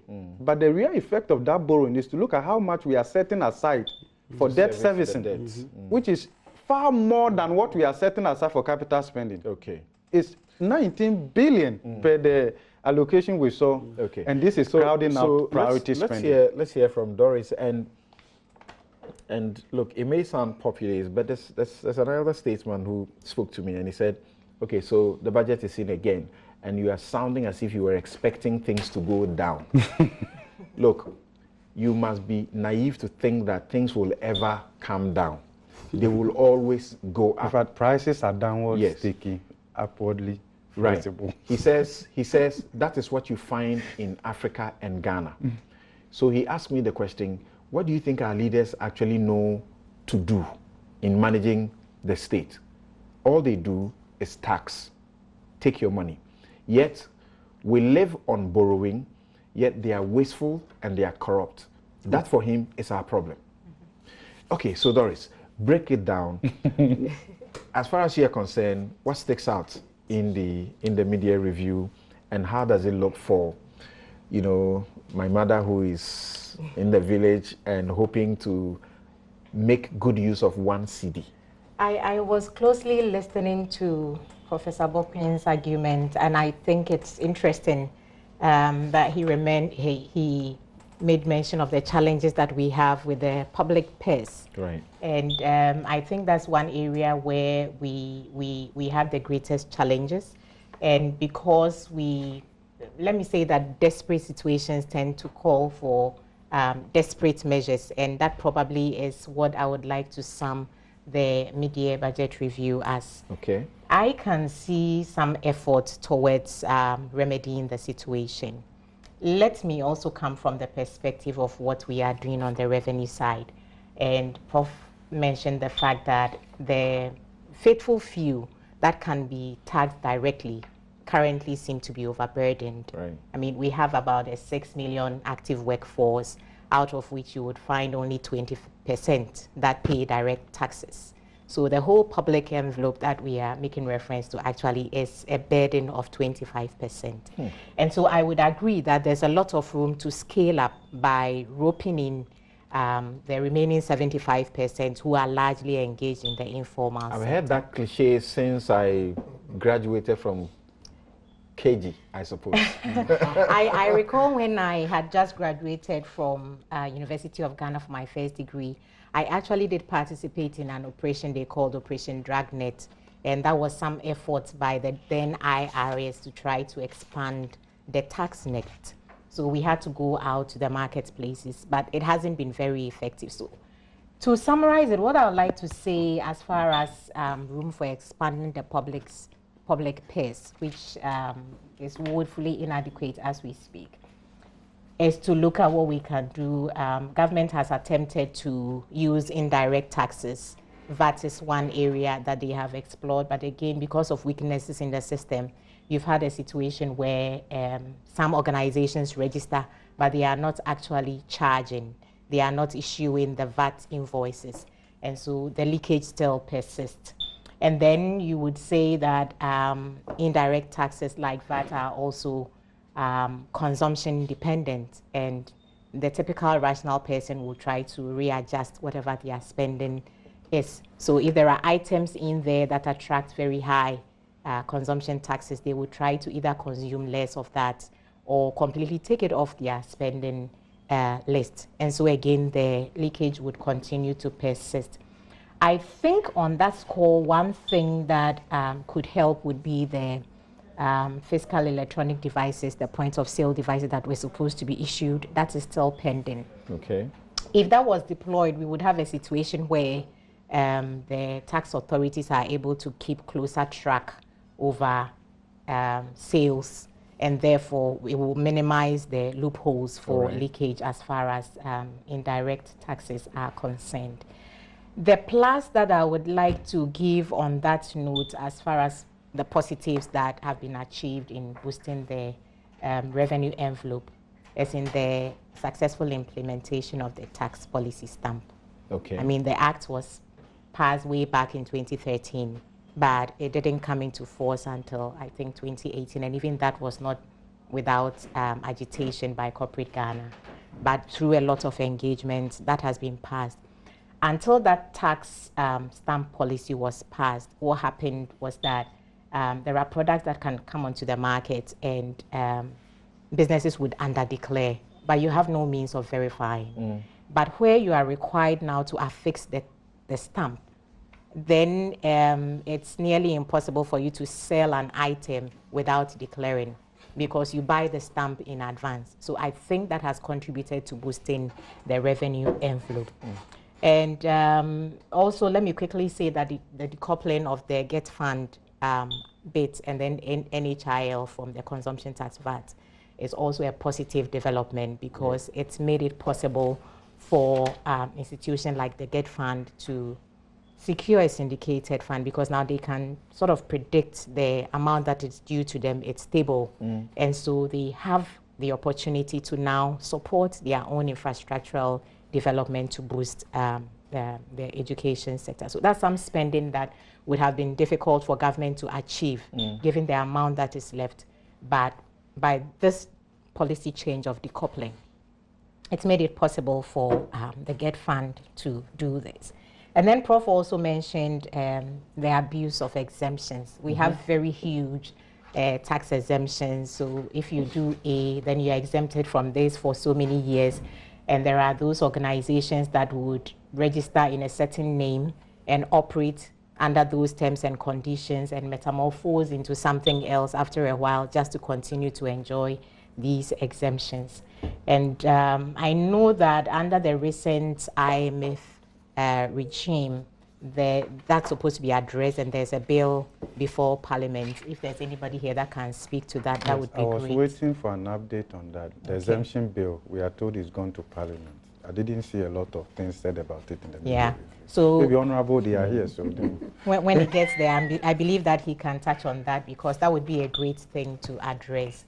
And then it's interesting that in the mid-year review budget as well, there was indication of efforts to try and strengthen their port services, because that's another source of leakages. There's a lot of international trade that happens, but we are not able to get international trade taxes. We always have underperformance from that area. And so strengthening the services at the ports would be good in helping to boost the envelope. For example, goods that are in transit through Ghana are supposed to be exempted from tax payment. And so there's a lot of imports that pass through as in transit, but ultimately end up on our market. So if we are able to find a way to tighten that, to track, I think tracking, if we're able to track the goods such that they actually end up in that final destination, which is originally supposed to be outside Ghana, that would be good. And if we track and we find that they end up on our domestic market, then we can, should I say, require them to pay the relevant taxes. But as far as the envelope is concerned, there is the inflow side and there is the outflow side. So while we talk about taxes and we talk about the burden, the few 25% that are burdened, and we have so much room to try and bring in the 75%. And in my view, to be able to harness the contribution that the 75% can make, you need a very strong identification system. It's coming back to tracking.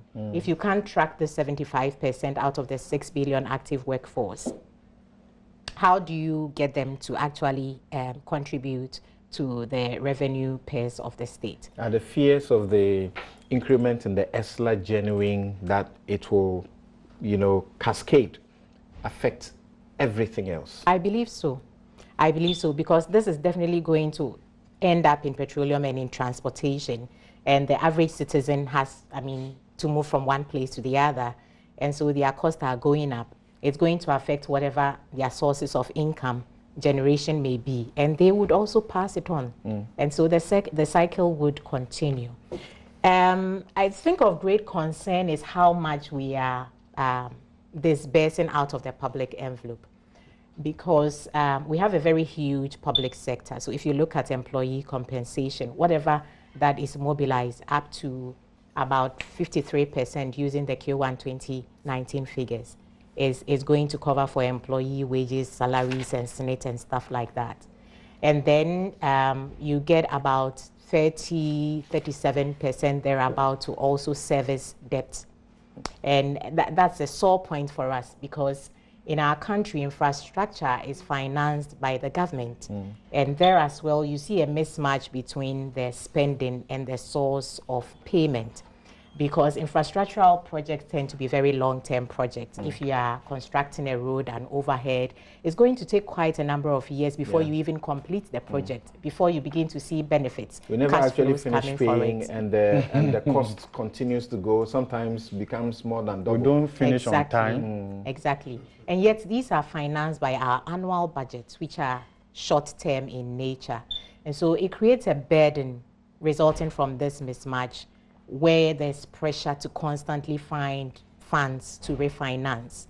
And at the end of the day, if you look at the numbers, we are always going to be running a deficit on the domestic front, because if we're able to do something about the wage bill, that would go a very long way. Okay. If we are able to also implement the Ghana Infrastructure Investment Bond, the GIF, whose operationalization has delayed, I believe that it would also address this funding challenge, which places so much pressure on our domestic Okay. budget. So if you don't mind, you can pause there. And she's taking us through quite a whole lot, pointing to the positives and things that need, tweaking to, as we always say, pushing the citizens a bit more.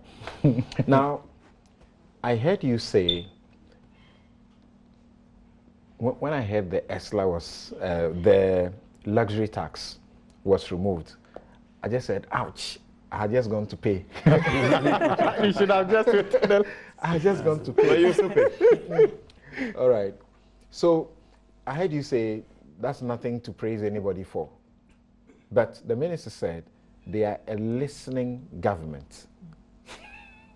And that's what they have done. They have listened to the plight of the citizens and removed that tax.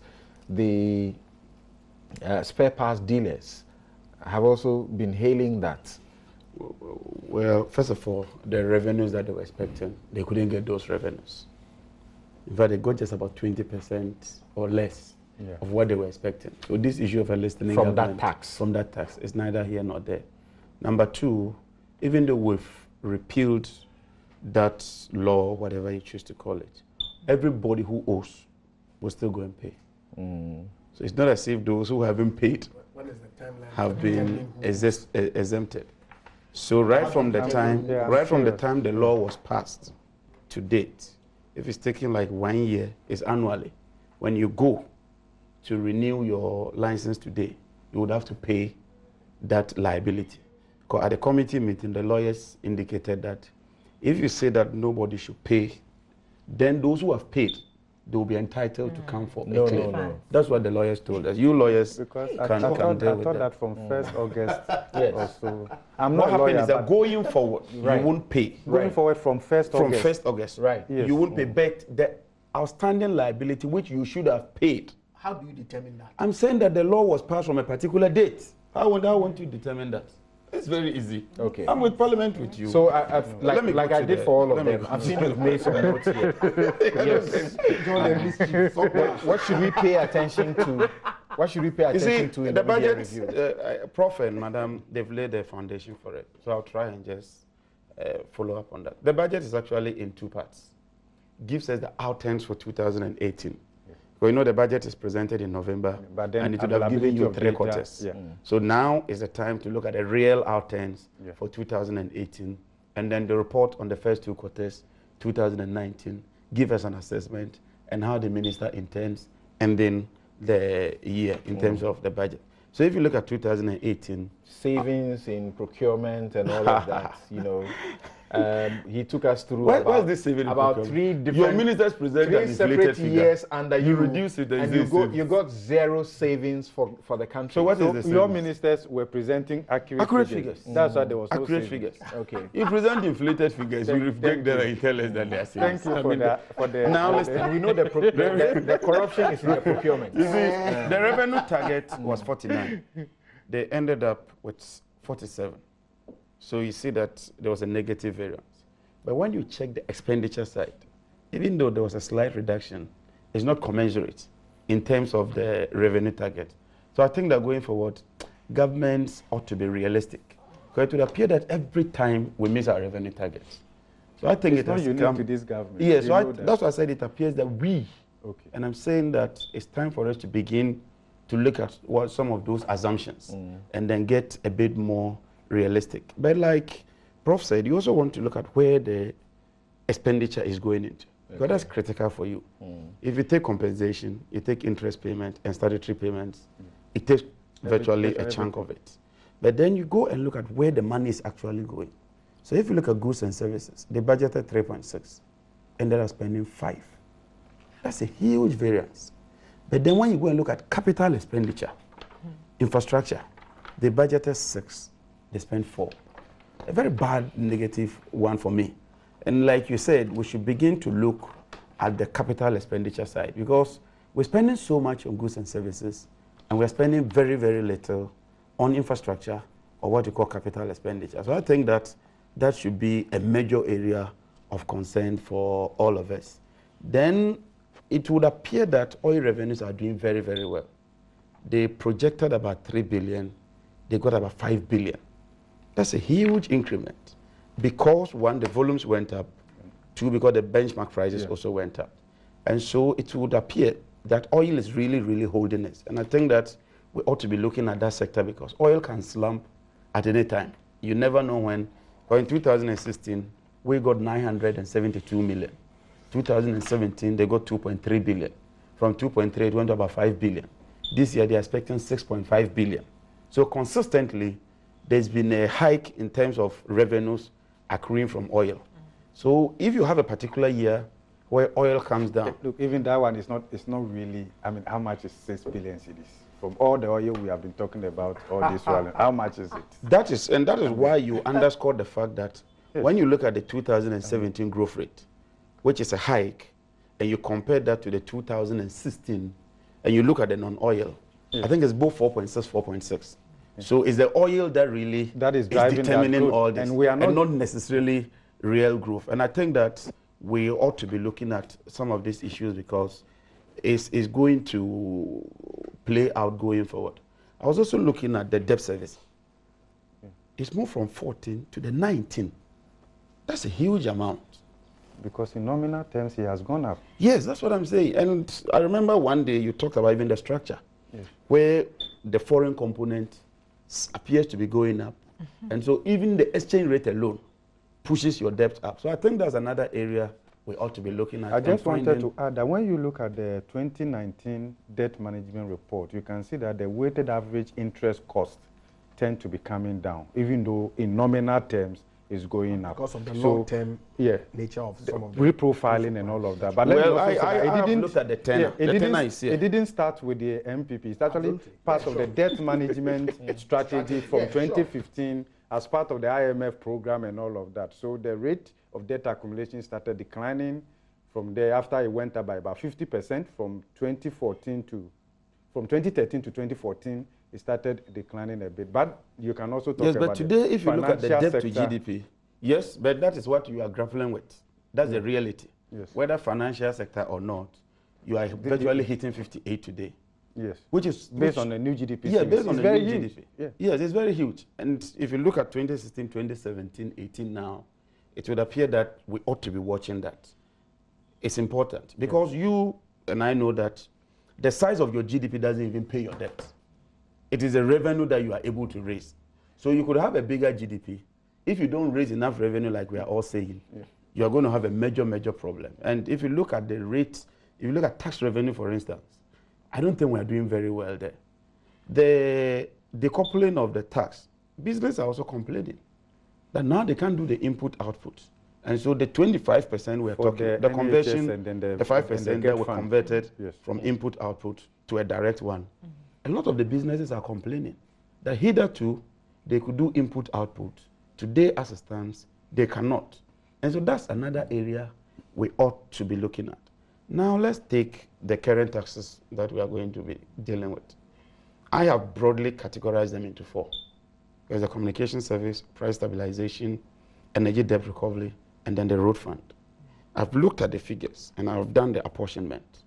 Only 20% of that goes into so-called capacity charges or take-or-pay issues.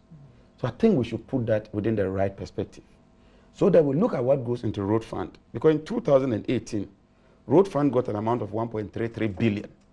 Only 680 million was released for road-related expenditure. That should be a worry to us. And that is why you are seeing these figures. If you had improved in the road sector infrastructure, then it means that you are boosting your economic capacity, you are improving roads, and you are also implementing good policies in terms of capital expenditure. So I think these are areas that should take our attention and that we should be looking at. They may be positives, they may be negatives. When we look at all of them, and in any economy, you would have some positives here, you would have some negatives here. Agriculture seems to be declining. The growth rate, if you compare the 2017-18 and half-year figures, agriculture is coming down. I think it's an area that should engage us to see how we can sustain the gains we made as a country and keep at it. Other than that, the bottom line is that revenues are not doing well, like you said. Even with this increment in taxes, they are still going to do the 58. But expenditure is jacked up to 78. I thought government should have been cutting some expenditure. I thought government should have been looking at some of the expenditure. Okay. If you want to increase expenditure, then go and look at some of the expenditures around the ministries, especially administration. I'm seeing some figures that I think government should be looking at, getting more efficient and a bit more leaner. These are issues that we'll keep engaging ourselves. These are issues that we'll talk about. My final point is even the first quarter of 2019. You look at goods and services, it's gone up by 33% from the projected to the outturn. These are outturns. If you look at capital expenditure, it's gone down by 45% again. 2017, it went down by 38%. So consistently, you are seeing a huge decline in capital expenditure and an astronomical increment in consumption of goods and services. Okay. I think it should be a worry to all of us, and we should begin to look at some of these issues. Thank you very much. Okay, so, Japamesa, what do you have to say in the next, like, say, 3 minutes, by way of a summary of how you want to project what government has done as regards the budget review to your viewers and listeners? Well, I guess that it's obvious that we are on track. Yes, there are issues. I'm not saying it's all rosy, but clearly if you look at the macro figures that Prof. Bakpen ably explained, we've made significant improvement from what we inherited, which took us to the IMF and now out of IMF. Clearly, I mean, major gains have been made, and like all of us deduced from the finance minister's presentation, he indicated that indeed we have challenges as a country, and so the need for us to adjust some of the projections for the year and also work to ensure that these targets are met. But for me, critical was that government is being very, very cautious and prudent to ensure that the gains that we've made is not eroded. Because obviously, and many a time we hear both of us, and this is a politician's problem, we tend to downplay or play up the figures when it suits our interests. Which is unfortunate. Yes. But the truth of the matter is that these figures are important. And I agree with you entirely that we can only feel it trickle down when there's a sustained you know, benchmarking to ensure that the kinds of distortions that we've had in the past doesn't happen, particularly in the run-up to election 2020. And my comfort is the clear indication from government that it's going to be prudent, it's going to be, as it were, ensure that we stay within the targets that we've set so that our economy does not go into a tailspin as we've had in the past. Major decisions are being taken, our revenue is being worked on, and of course the national identification system that is intended to rope in everybody into the tax net. These are all things that will take time to bear fruits. And but so there's this thing that I don't understand. I was hoping that I could be educated about it. When you say that you have made savings out of sole-sourced and restrictive tender processes in excess of 2 billion cedis, what do you mean savings? I don't get it. The practice in the past, and of course we know that when there's a competition that is introduced in the public procurement space, clearly you potentially could make some savings, as opposed to when there are no competition at all. So it means you get cheaper or better prices? Yes. Okay. And the practice in the past was that the Public Procurement Authority approved every single transaction that went there. You can't make this statement. But these are the figures that the finance that they minister approved every single. You know what you meant by that. You know what which were rejected and sent back everybody listening would minister- know there's a what you meant by that. Did you make some savings? Did you report some savings during your He's tenure? asking him how did they come by that savings? He hasn't answered What that. is savings? There ought to be a benchmark. Don't you need a if you are benchmark to telling me determine that you have savings? saved So what is the much, benchmark? for me, I want to know what you mean by that. What's the But basis of that's that? very simple. For instance, if I Is it compared to the submit past? a sole sourcing proposal of $100 million, and the public procurement agency declines it, and it goes for competitive tender, and we end up paying 80 million. We've made a saving of 20. You, the minister, didn't do a good job. Correct? He didn't do a But good job. I think You the point understand? here So, is that yes. the point here is that for a single transaction, it's very easy to talk about the saving. But here is a situation where you are comparing a previous era to the current era. So it's the cumulative to make proposal that went there. To ensure you are what is comparing the like for like. flawed Well, analysis. you can You treat are it going as to the flawed. market. You are going to the. So But I'm the getting point to understand. is Now. that, You are going to the market see, to look for a particular product or some supply of some sort, and you get people offering, 20 CDs, 30 CDs, 40 CDs, and you pick the 20 CDs, or you perhaps get a 10 CD one, and you say, "I have made savings." No. So what? That's you see, the minister was situating the conversation in context. That in the past, what we did with our public procurement was that sole sourcing transactions were approved without question. That's the minister.